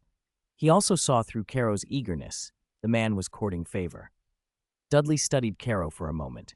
Caro raised his glass in a toast. The glasses chimed, and they both drained the buttery liquid. No one passes up an offer when money is at the door, and this money looked clean. They agreed to sign the contract in a week. Caro, even more eager than Dudley, had to leave and took care of the bill. Before he went, he allowed himself one last long look at Madame Rosmerta as she turned away. Dudley checked his watch and noticed the time. He turned to Harry. "Harry, are we going home?" Harry asked, puzzled. "Back to Privet Drive?" "No," Dudley said. "I mean the old Potter house." Godric's Hollow, the village where the Potter family once lived, was a place of old wizarding homes and a few Muggle residences, a mixed village where most Muggles had no idea they lived next to legends. It was much closer to Hogsmeade than Privet Drive ever was. They traveled by flue powder from the Three Broomsticks fireplace. The journey wasn't as rough as the night bus, but emerging from the soot-blackened chimney left their clothes grimy. A clap of their hands and the soot vanished. Their clothes looked new again. Dudley mused that the wizarding world still lacked a proper transport system of its own. They appeared from the hearth of a small shop in Godric's Hollow and walked toward the monument in the village square. The obelisk shimmered, and the illusion shifted, resolving into 3 statues. A messy-haired man in glasses, a long-haired woman with a gentle, beautiful face, and a baby boy cradled in his mother's arms. Everyone, please don't get sick again. Chapter 113, Flowers at the Godric's Hollow Gravestone. Harry, this statue was made of my aunt, uncle, and you. These 2 are your parents. Dudley patted Harry, who was staring blankly at the statue. Before they went to the old Potter house, Dudley had brought the 2 of them to the small village churchyard. Everyone who died in Godric's Hollow, wizard or Muggle, was buried here. In death, no matter how different their lives had been, everyone was the same. Nothing but a handful of earth. Death treated everyone equally. They stopped at a gravestone. Etched on it was a thought-provoking epitaph. The last enemy to be destroyed is death. This was where James and Lily Potter lay together. Someone had already left a fresh bouquet in front of the stone. Carnations, hyacinths, and cosmos, their meanings, apology and repentance, left an impression. The flowers, however, were oddly placed to one side instead of in the center. That side of the stone was meticulously clean, while the other half was dusty, as if whoever had come only intended to honor one of the couple. It was not hard to guess whom. Dudley set down the white flowers he'd brought in the center. "Aunt Lily was amazing," he said. Lily had given her life to protect her child, and in doing so, had brought about Voldemort's first downfall. If she hadn't sacrificed herself, things might have turned out very differently across England. Dudley had long wanted to come here. He felt it was Harry's duty as their son to pay respects. "Harry, we should come here now and then."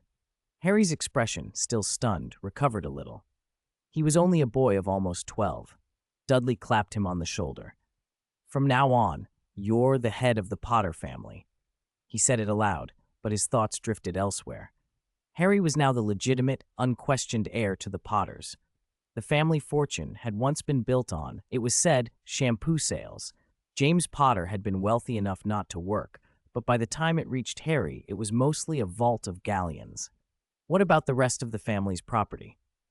Those coins might fool Harry, but they wouldn't fool Dudley. He intended to look into it when he had the chance. Dudley hadn't earned his reputation for nothing. They crossed a lawn to the edge of the village and reached the old Potter house.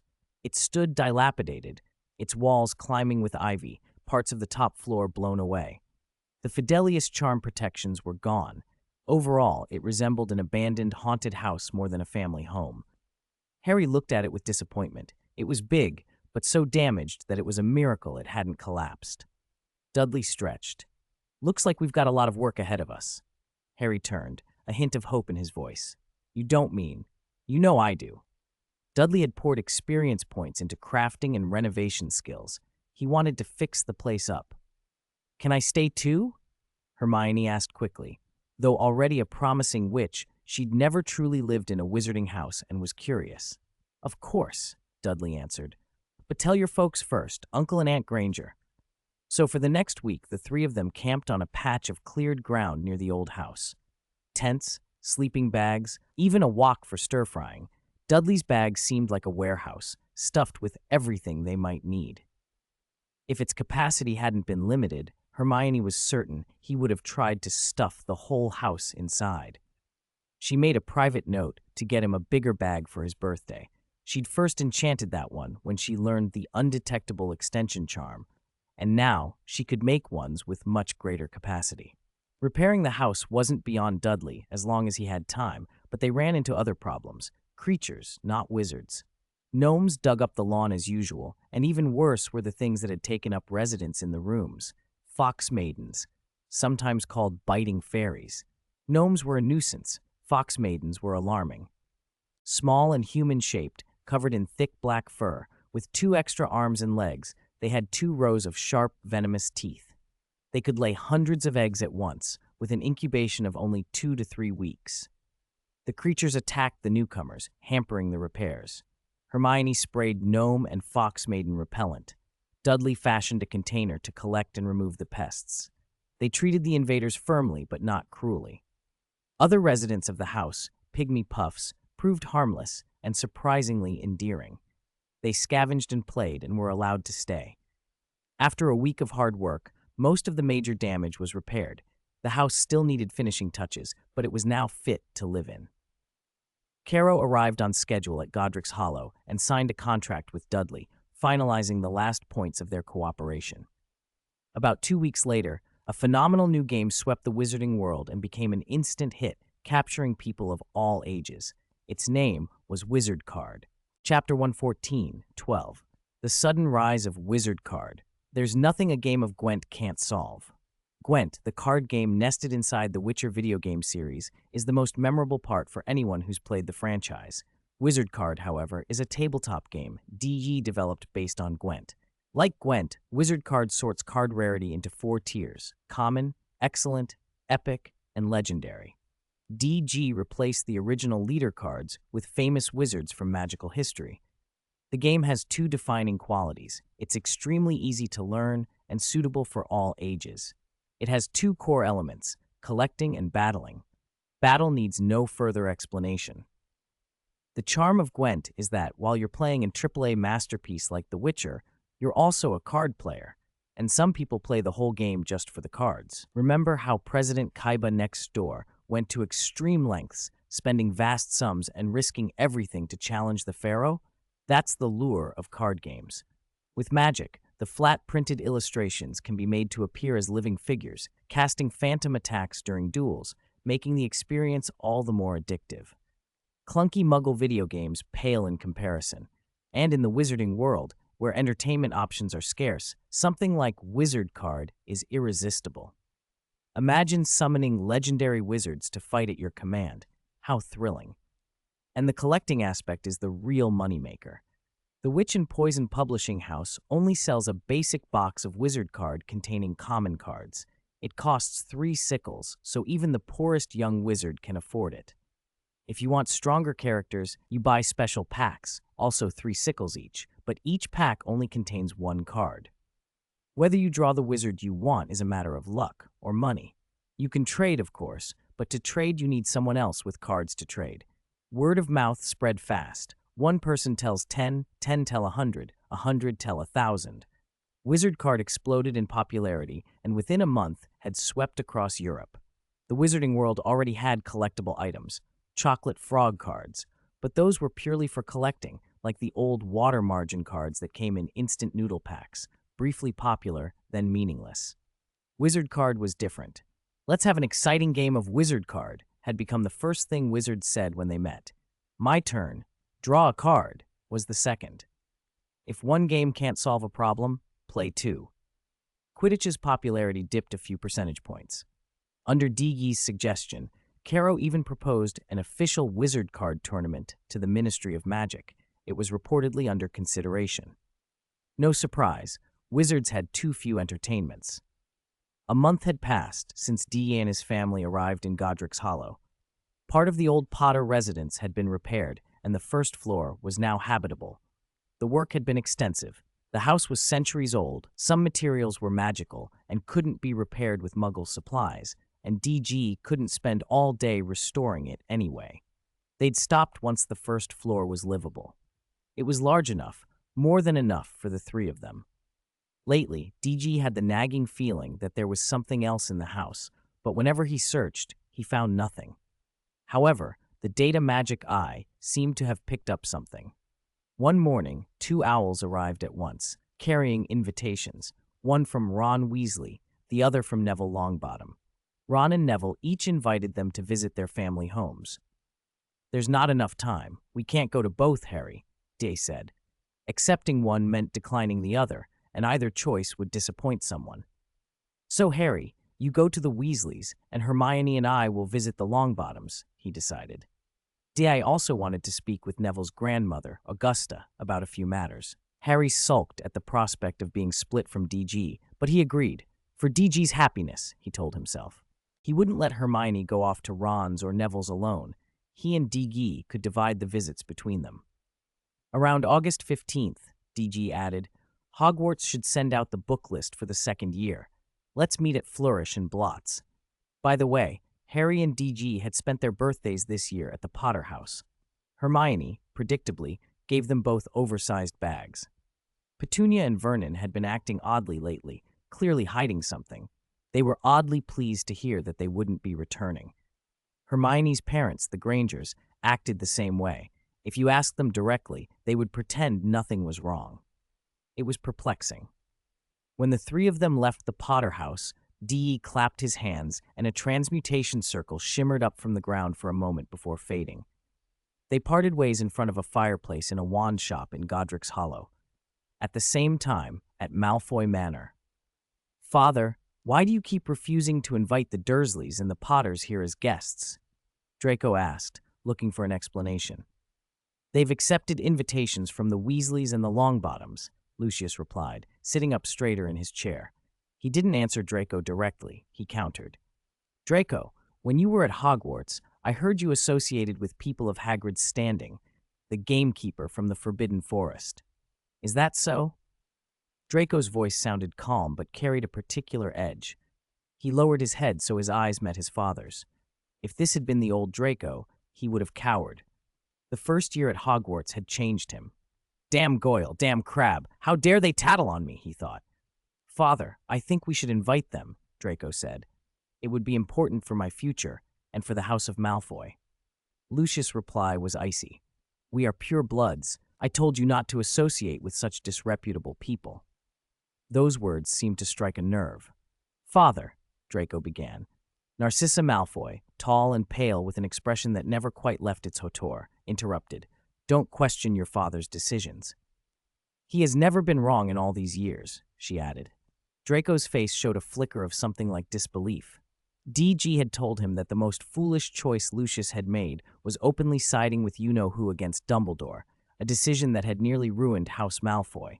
Only Dumbledore's tolerance had prevented utter disaster. Draco, Lucius spoke again, slow and deliberate, with that oily emphasis he always used. You just watch. Chapter 115, Hopefully Not Like Quirrell. Last year. Neville and his grandmother, Augusta Longbottom, lived in the Longbottom ancestral home, a building as old as the Potter's old house. Unlike the dilapidated Potter place, however, the Longbottom house was kept scrupulously clean inside. Where the Potter family had dwindled to only Harry, the Longbottoms still had many relatives on paper, an uncle, a granduncle, but they had all left the ancestral home after reaching adulthood. Only Neville and his grandmother remained. Madame Augusta looked every inch the stern witch, but she greeted Dudley and Hermione warmly. You must be Mr. Dursley and Miss Granger. Neville talks about you often. It's a pleasure to meet you, Madame Augusta, Dudley said with genuine respect. Augusta had been both mother and father to Neville for 11 years.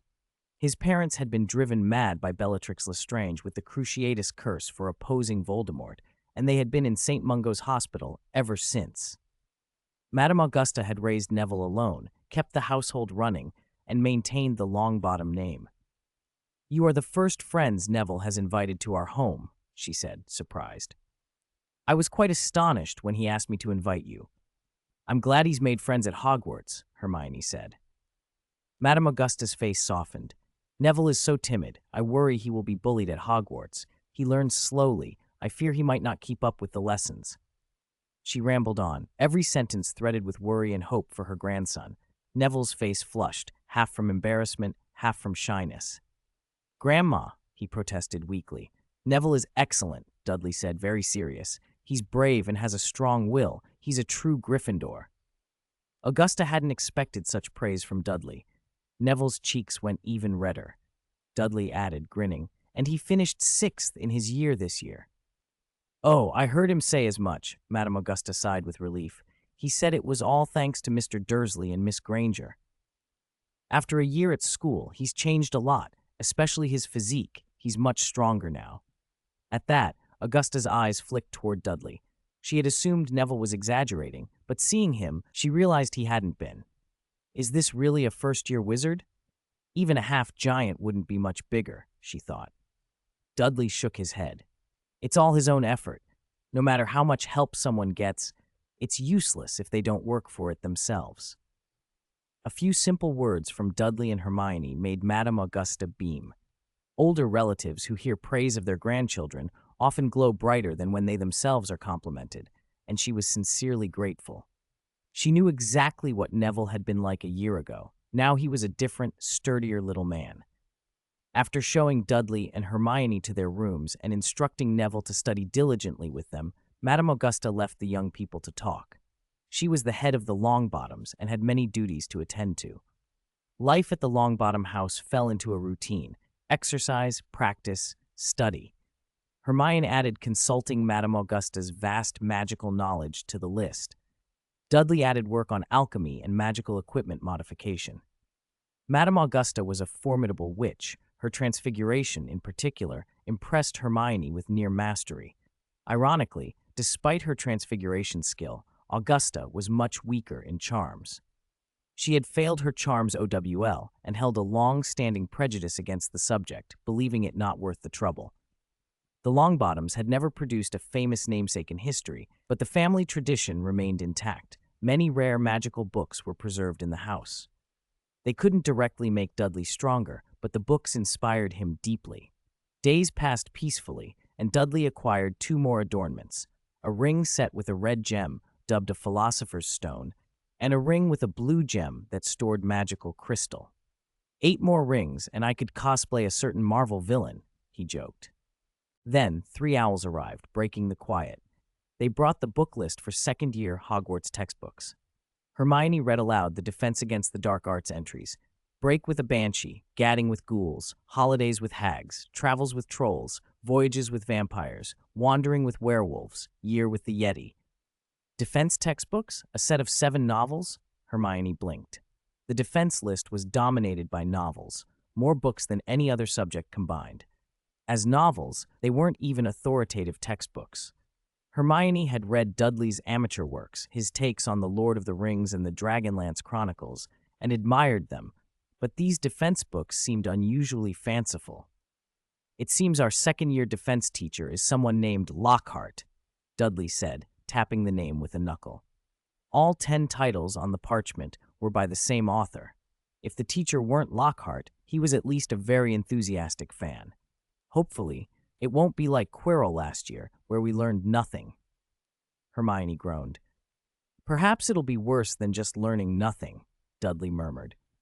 Of all the disappointing teachers the year before, Quirrell had been the worst. Hermione had learned essentially nothing from him beyond how to handle a troll. If their defense teacher taught no useful skill, how could she help Dudley if danger came? Hermione pulled out a quill and began making a list. She planned to buy serious defense texts, books that matched the previous year's curriculum, and study on her own. She had done the same at Oxford Dragon Elementary School whenever a teacher failed to teach properly. Clearly, she had no faith in Professor Lockhart's ability to teach, and she intended to take her learning into her own hands. Chapter 116, 114. Draco, Father, you're so embarrassing. By way of the Flu Network, Dudley and the others arrived in Diagon Alley through the fireplace at the old Longbottom Manor. Although some items could be bought elsewhere, Diagon Alley was still the best-stocked place for Hogwarts supplies. Since they were only buying school things, Mrs. Augusta hadn't come along. Most of the second-year requirements were the same as last year. If you already had something, there was no need to replace it. New textbooks, however, were required. First-year books had already been finished. Flourish and Blots always had the most complete selection of books, discounting unique one-offs, and you could get almost any title there, barring the forbidden volumes. Today, though, Flourish and Blots was unusually crowded. People were pressed outside the door, and a huge banner hung over the shop. Gilderoy Lockhart autograph session for his autobiography, Magical Me.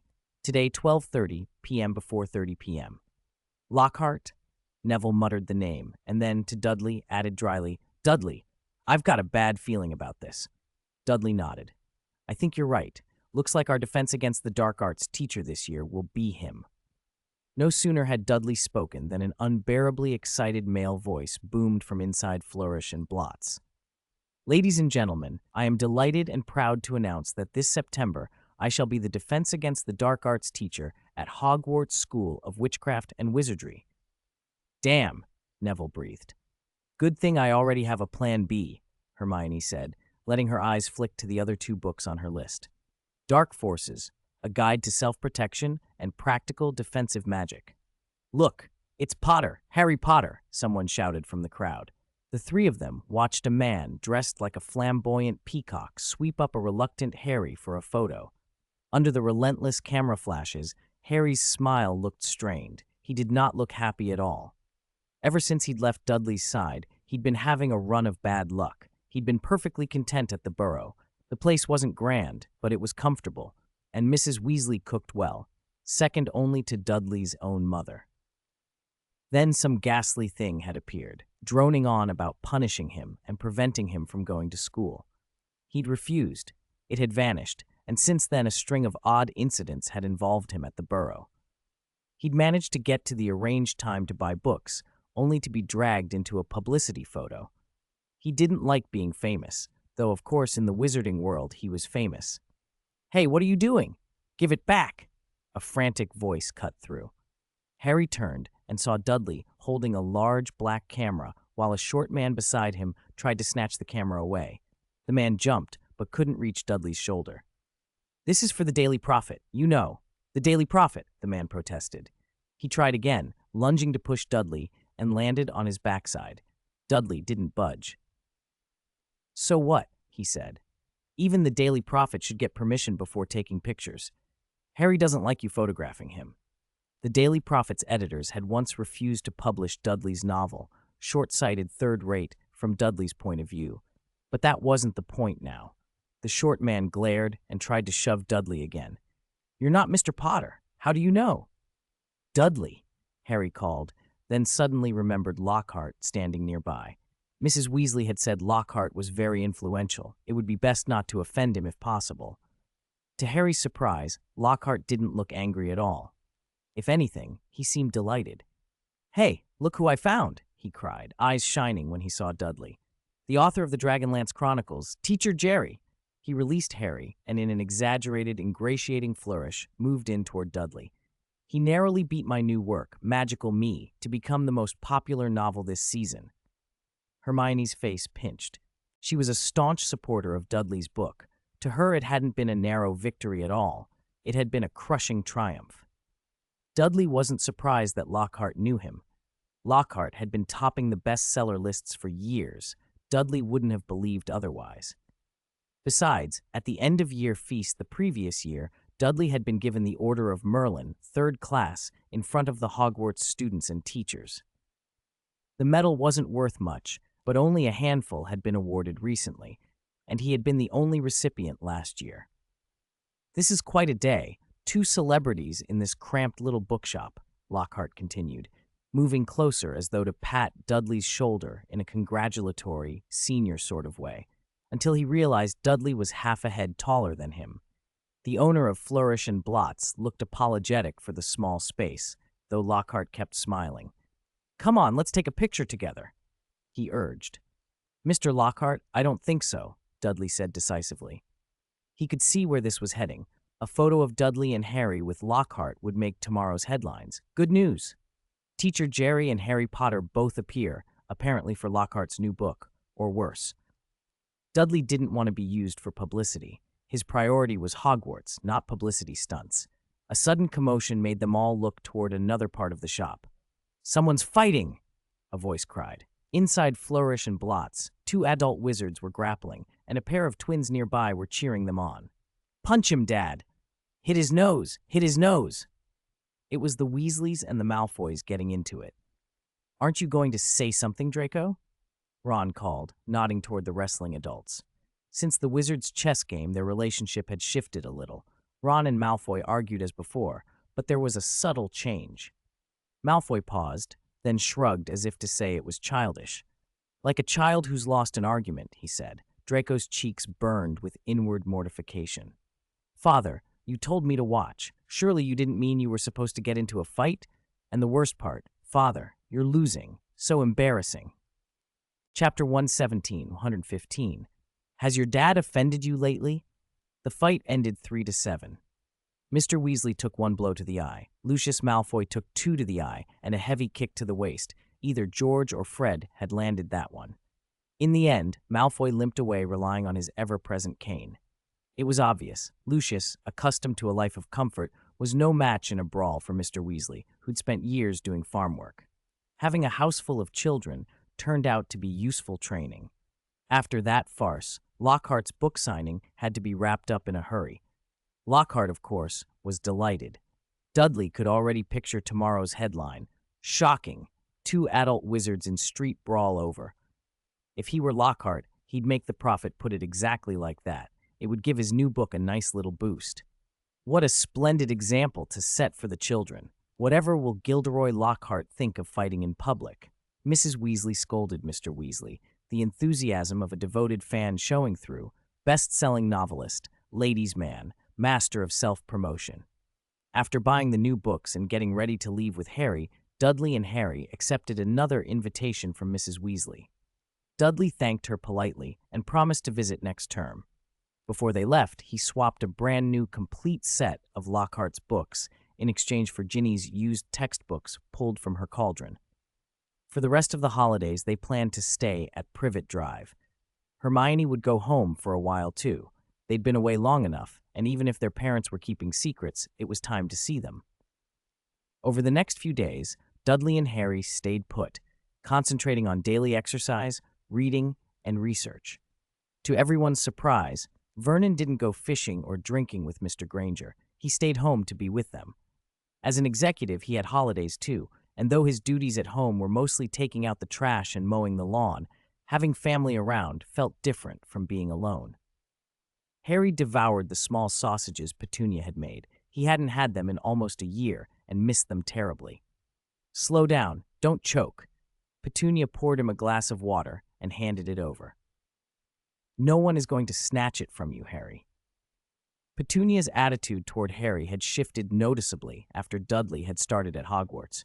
It wasn't a full reversal, but close enough, one of those changes that made daily life easier. No one was really going to snatch it. Dudley across the table had already finished an entire pot. If Harry didn't eat faster, he'd only get the leftovers. "I'll make another batch tonight," Petunia said, pleased to see her food appreciated. For children, a mother's cooking is always the best. It seems the food at that Hogwarts place is terrible. Vernon sprawled on the sofa with a huge tub of ice cream. He liked to lie back like that in summer, take a big bite, and murmur, "It's not as good as Smelting's. I've been eating there since I was little." "Vernon, can't you set an example for the children? Who eats ice cream first thing in the morning? Do you even know your body fat percentage now?" Petunia scolded. Vernon pouted and put the spoon down. "It's fine, Mum." Dudley swallowed the last sausage and said, "I've prepared a slimming potion for Father." Hearing there was a potion to slim him down piqued Vernon's interest. "How well does it work?" "It'll make you lose 30 pounds instantly." 30 pounds? Vernon looked at his large belly, so wide he couldn't see his toes, and immediately lost interest. "That won't do much. If you lost 200 pounds at once, your body wouldn't handle it," Dudley pointed out sensibly. Rapid weight loss was dangerous even with potions. Effects had to be gradual. Vernon glanced at Petunia to see if she was watching, and when she wasn't, he stealthily reached for his tub of ice cream. "And starting today," Dudley added, "he'll be exercising with us too." Vernon's spoon clattered to the floor. He was thunderstruck. With Dudley's morning routine, simply completing a 10th would be a triumph. One-finger push-ups? Laughable. With that belly, he wouldn't even need fingers. No, no, no. He shook his head as if in pain. In short, no way would he exercise, not even if they beat him.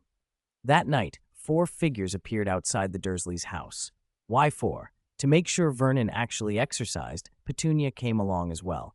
Pleasant days passed, and soon it was time to leave again. Hogwarts' second year was beginning. Vernon drove Dudley and Harry to King's Cross, where they met the Grangers as planned. "Remember to call home, or, send letters," Vernon mumbled. "I'll have Hedwig carry them," Harry said. Dudley wondered if he should get an owl too. He couldn't always rely on Hedwig, though neither he nor Hedwig minded. Platform 9 3/4 was a crush by now. Many young wizards were already crowding the hidden platform. As the group rushed toward the barrier between platforms, Dudley suddenly felt that prickling sensation of being watched. "Wait," he stopped Harry and Hermione. "Something's not right." They managed to halt, but the rest of the kids were trying to get in early. They surged toward the pillar and were thrown head over heels. "What's happening?" Ron, arriving late, found the scene. He'd been distracted by a big one in the lavatory and hadn't kept up with his brothers and sister. Dudley walked up to the pillar and tapped it. It sounded dull, like ordinary stone.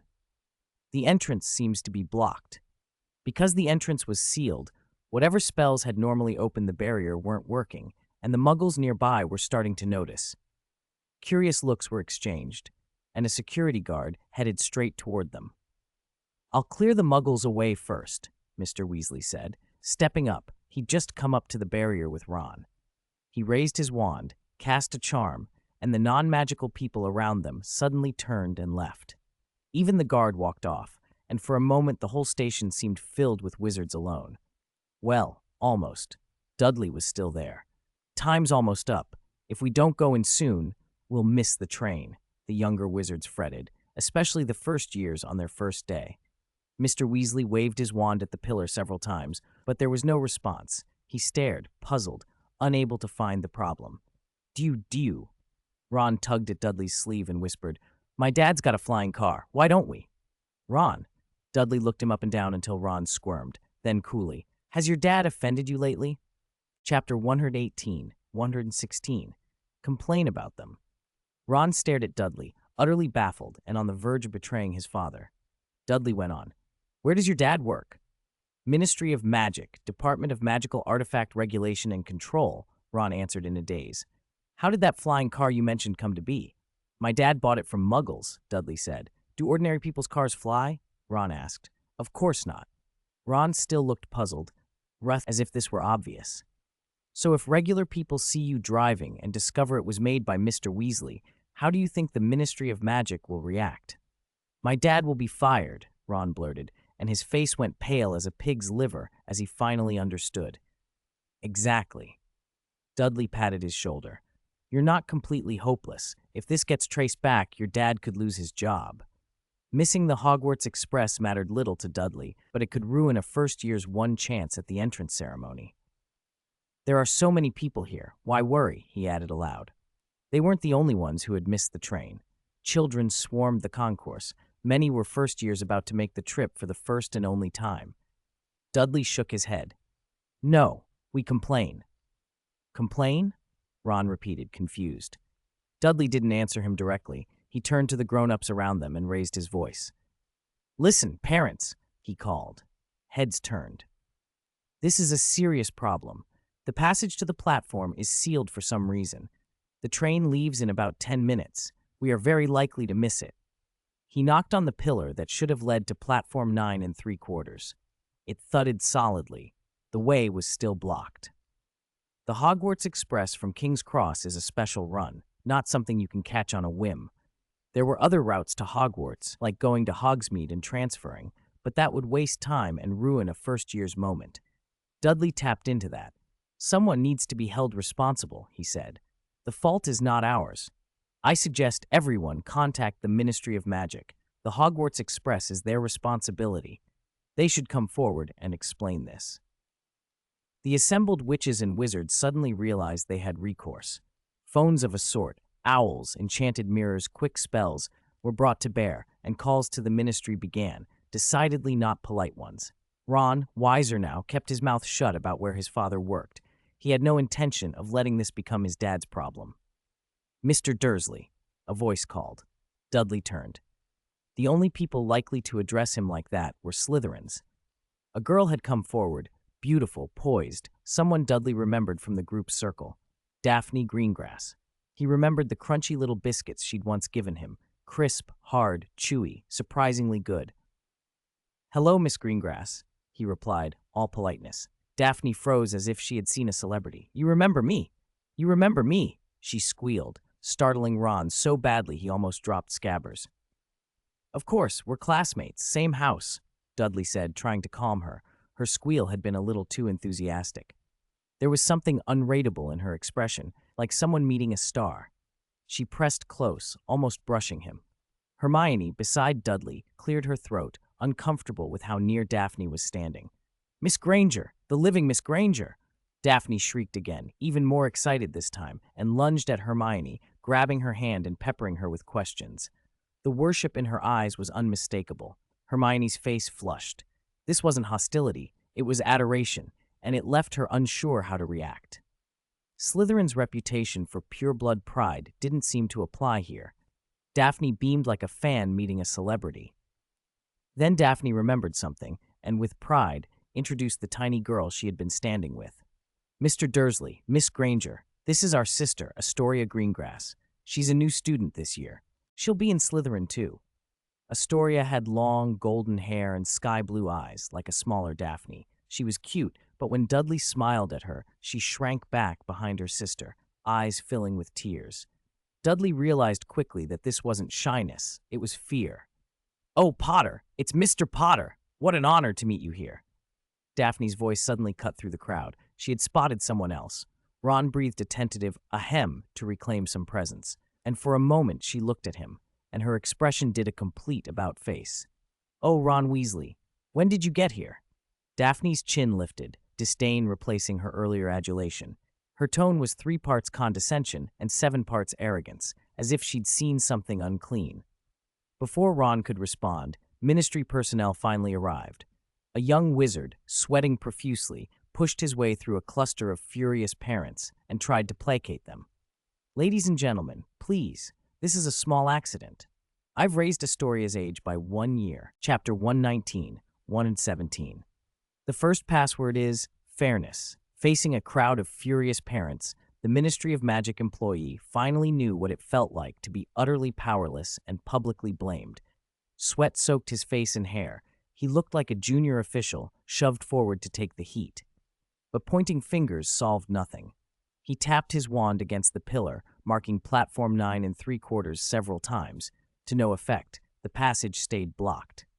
Even Mr. Weasley seemed at a loss, and the young man looked more helpless still. Mr. Weasley had kept himself out of sight until then, otherwise he would have been the one everyone demanded answers of. "It's only a minor incident, only a small delay," the official kept insisting, but the parents grew more agitated the more nothing was done. "Is it really just a minor problem, Mr. from the Ministry?" Dudley asked. The moment he spoke, the arguing parents quieted and waited, as if he were their backbone. "First, can you confirm whether anyone is trapped inside? Any young wizards who can't get out?" Dudley continued. The question stunned the employee and those around him. Until then, everyone had only worried about getting onto the train themselves. Nobody had thought of the possibility that children might be stuck. The idea made the situation far more terrifying. "You can't make that decision alone. Call your superiors, send more people, and check immediately to see if anyone is trapped," Dudley added, "before it becomes a worse accident." The young ministry man finally understood the gravity of the situation and stopped wasting time. He called in reinforcements. This was no longer something a single junior official could be left to handle. In short order, a travel-worn middle-aged man arrived, claiming to be a director. The ministry, terrified of an accident involving young students, had sent a team, several wizards, 2 aurors, and even a physician from St. Mungo's, so that any injured child could be treated on the spot. The director was steadier and more authoritative than the junior official. He told everyone the ministry would take responsibility for those present and promised to arrange a second Hogwarts Express for the students who had missed the first, so no first year's matriculation would be delayed. With a fully equipped crew, they quickly got to work. The blockage was cleared, and mercifully, no one had been trapped. The director wiped his forehead and let out a slow breath of relief. If there had been an accident, Minister Fudge's office would have been bombarded with howlers. Careers could end, people could be reassigned, or worse. He smiled with relief, slipped a business card from his wallet, and pressed it into Dudley's hand, promising he would help whenever needed. Dudley merely pocketed the card. He didn't take the promise seriously. Officials made promises all the time. You listened, you nodded, but you didn't count on it. Dudley's composure, however, did not go unnoticed. Many of the parents, especially the Slytherins, had watched him with new interest. By then, the sky was dimming, and most of the students who had boarded the train earlier were probably already at Hogwarts. Soon, the additional Hogwarts Express rolled into the platform, and the late students cheered as they piled aboard. The school had been informed and had waited for them. Though the reception staff were late, they had barely missed the end of the sorting ceremony, thanks to someone sending a letter ahead. When Dudley made his way to the Slytherin table, every Slytherin, regardless of year, stood and made a space for him without hesitation. They only sat after he had taken his seat. Dudley said nothing. The whole thing looked rehearsed, and the house moved with an uncanny, practiced unity. The display drew glances from the professor's table. From Dumbledore down to Snape, the staff watched but kept their silence. Lockhart, dressed like a peacock and about to say something, was ignored by the rest of the faculty. Whatever he had done to earn their scorn, it clearly stuck. At the end of the feast, Dumbledore gave his customary brief remarks and then added one particular instruction about discipline. From today onwards, 1st to 4th years will be under the jurisdiction of the disciplinary group, he said. Because those years had no prefects yet, the group would manage them for the time being. The disciplinary group's points will be calculated separately by its members. Next to the 4 house hourglasses, the new hourglass Dudley had set up with an alchemical array still sat untouched. Students who are interested may try to challenge it. There may be a surprise, Dumbledore teased with a wink. He was definitely nudging things along. Dudley felt the ripple of interest. Outside of Slytherin, students from the other houses, especially some Gryffindors, looked keen to take him on. They were outnumbered, yes, but numbers didn't always decide contests. Pressure could be a powerful motivator. Dumbledore added lightly, if anyone wishes to join, they may, provided they can pass Leader Dursley's test. The mention of Dudley as leader made even the previously calm Slytherins stir. Dudley noticed a few interested faces from other houses too. Percy Weasley, Ron's eldest brother, looked particularly intrigued. Dudley couldn't help but think that Dumbledore's brief prod was a clever move. As the opening feast wound down and the new students began to disperse to their common rooms, a fifth-year prefect, now a sixth year after the previous year's troll incident, approached Dudley and asked respectfully, "Mr. Dursley, the password for the Slytherin common room should be set by you." Dudley nodded without hesitation. "Then," he announced, "the first password is fairness. 120, 118 is worthy of the disciplinary group. 120 to 118 is worthy of the disciplinary group, chapter 120, 118, as expected of the disciplinary group." At the start of the new term, the younger students were still convinced they could outdo the disciplinary group. After all, each house had so many members, and the disciplinary group was so small. They were wrong, spectacularly wrong. In charms, Miss Granger answered nearly every question Professor Flitwick asked. Flitwick beamed and lavished extra points on her. In transfiguration, it was the same. Miss Granger handled all of Professor McGonagall's questions and demonstrations. McGonagall gave points too, but she wasn't as prodigal as Flitwick. In potions, Potter and Malfoy sparred for every mark, each trying to wrest points away from Professor Snape. Snape even deducted points from Harry at one point, a decision no one dared to challenge. In herbology, even Neville, the most quietly effective member of the disciplinary group, kept earning marks from Professor Sprout. There was also a Gryffindor boy nicknamed Little Robert, a bit of a layabout who nevertheless managed to pick up a few points in each subject. Mr. Dursley barely volunteered answers all term, but if a professor called on him, he could supply answers with uncanny precision. He had never been caught not knowing something. Even history of magic, the sort of lecture that put most students to sleep in a few sentences, yielded points for the disciplinary group. Professor Binns had almost become an inexhaustible source of marks. In only a few days, the points the disciplinary group had accumulated equaled what the other 4 houses had earned combined. The younger students were flattened by that fact. The disciplinary group, how terrifying. Their admiration only grew. This continued until Friday. On Friday, Gryffindor and Slytherin had Defense Against the Dark Arts together, the first defense class of the semester. The classroom still carried a faint trace of the garlic that lingered from last year. Whatever brand Quirrell had used must have been exceptionally persistent. "Another round of wizard card?" one Gryffindor suggested. Wizard card had all but replaced wizard chess and was even threatening Quidditch's popularity. Nearly everyone at Hogwarts played, adults included. "No, Professor Lockhart will be here soon. Not enough time for another game," another student protested. One Gryffindor, earlier determined to rack up points in defense, bristled with confidence. "I promised to earn points for Gryffindor. I've memorized all of Professor Lockhart's enemy-subduing methods. I'm not letting anyone steal the spotlight this time." But that same Gryffindor, who'd been cocky until herbology humbled him with Neville's unexpectedly deep knowledge, muttered, "The gap's too big. We might as well play cards." He slouched off to join a game. He'd decided he couldn't match Neville, so why try? Lying low was so much easier.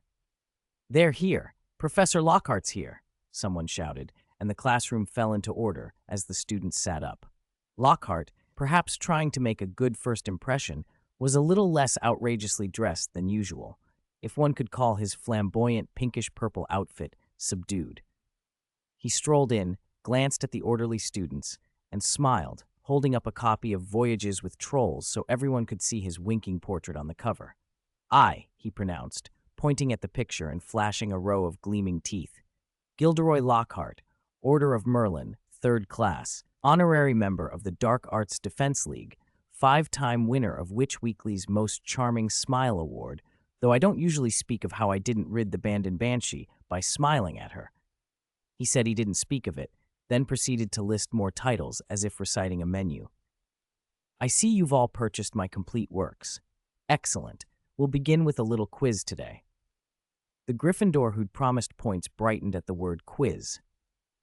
Don't be afraid, Lockhart said, producing a thick stack of papers. It's simply to see how well you've read and what you've taken in. He handed out the sheets, walked back to the podium, and leaned forward. You have 30 minutes. I'll award extra points to those who answer best. This time, Honey Watt, he told himself, would get the points. He'd memorized all of Lockhart's methods and expected a perfect score. Watt opened his paper and picked up his quill, then sat frozen. 1 minute in, still nothing. 3 minutes, nothing. After 5, he started to suspect something was wrong. The questions weren't about Dark Arts defense at all. They were personal, trivial items about Lockhart. What is Gilderoy Lockhart's favorite color? What is his secret ambition? What does he consider his greatest achievement to date? What day is his birthday, and what would be the ideal present? Watt felt like tearing the paper up. Then, chest hot with pride and irritation, he thought, if I can't answer, you lot from the disciplinary group can't either. If one of you gets a perfect score, I'll eat this table with salt. Half an hour later, Lockhart collected the papers and rifled through them aloud. How disappointing. Almost no one remembers my favorite color. I mentioned it in A Year with the XZ Yeti. He sounded displeased until he found a perfect paper. What surprises me is that one paper answers almost everything perfectly. Let me see which young wizard is so brilliant. When he read the name, he brightened even more. Dudley Dursley.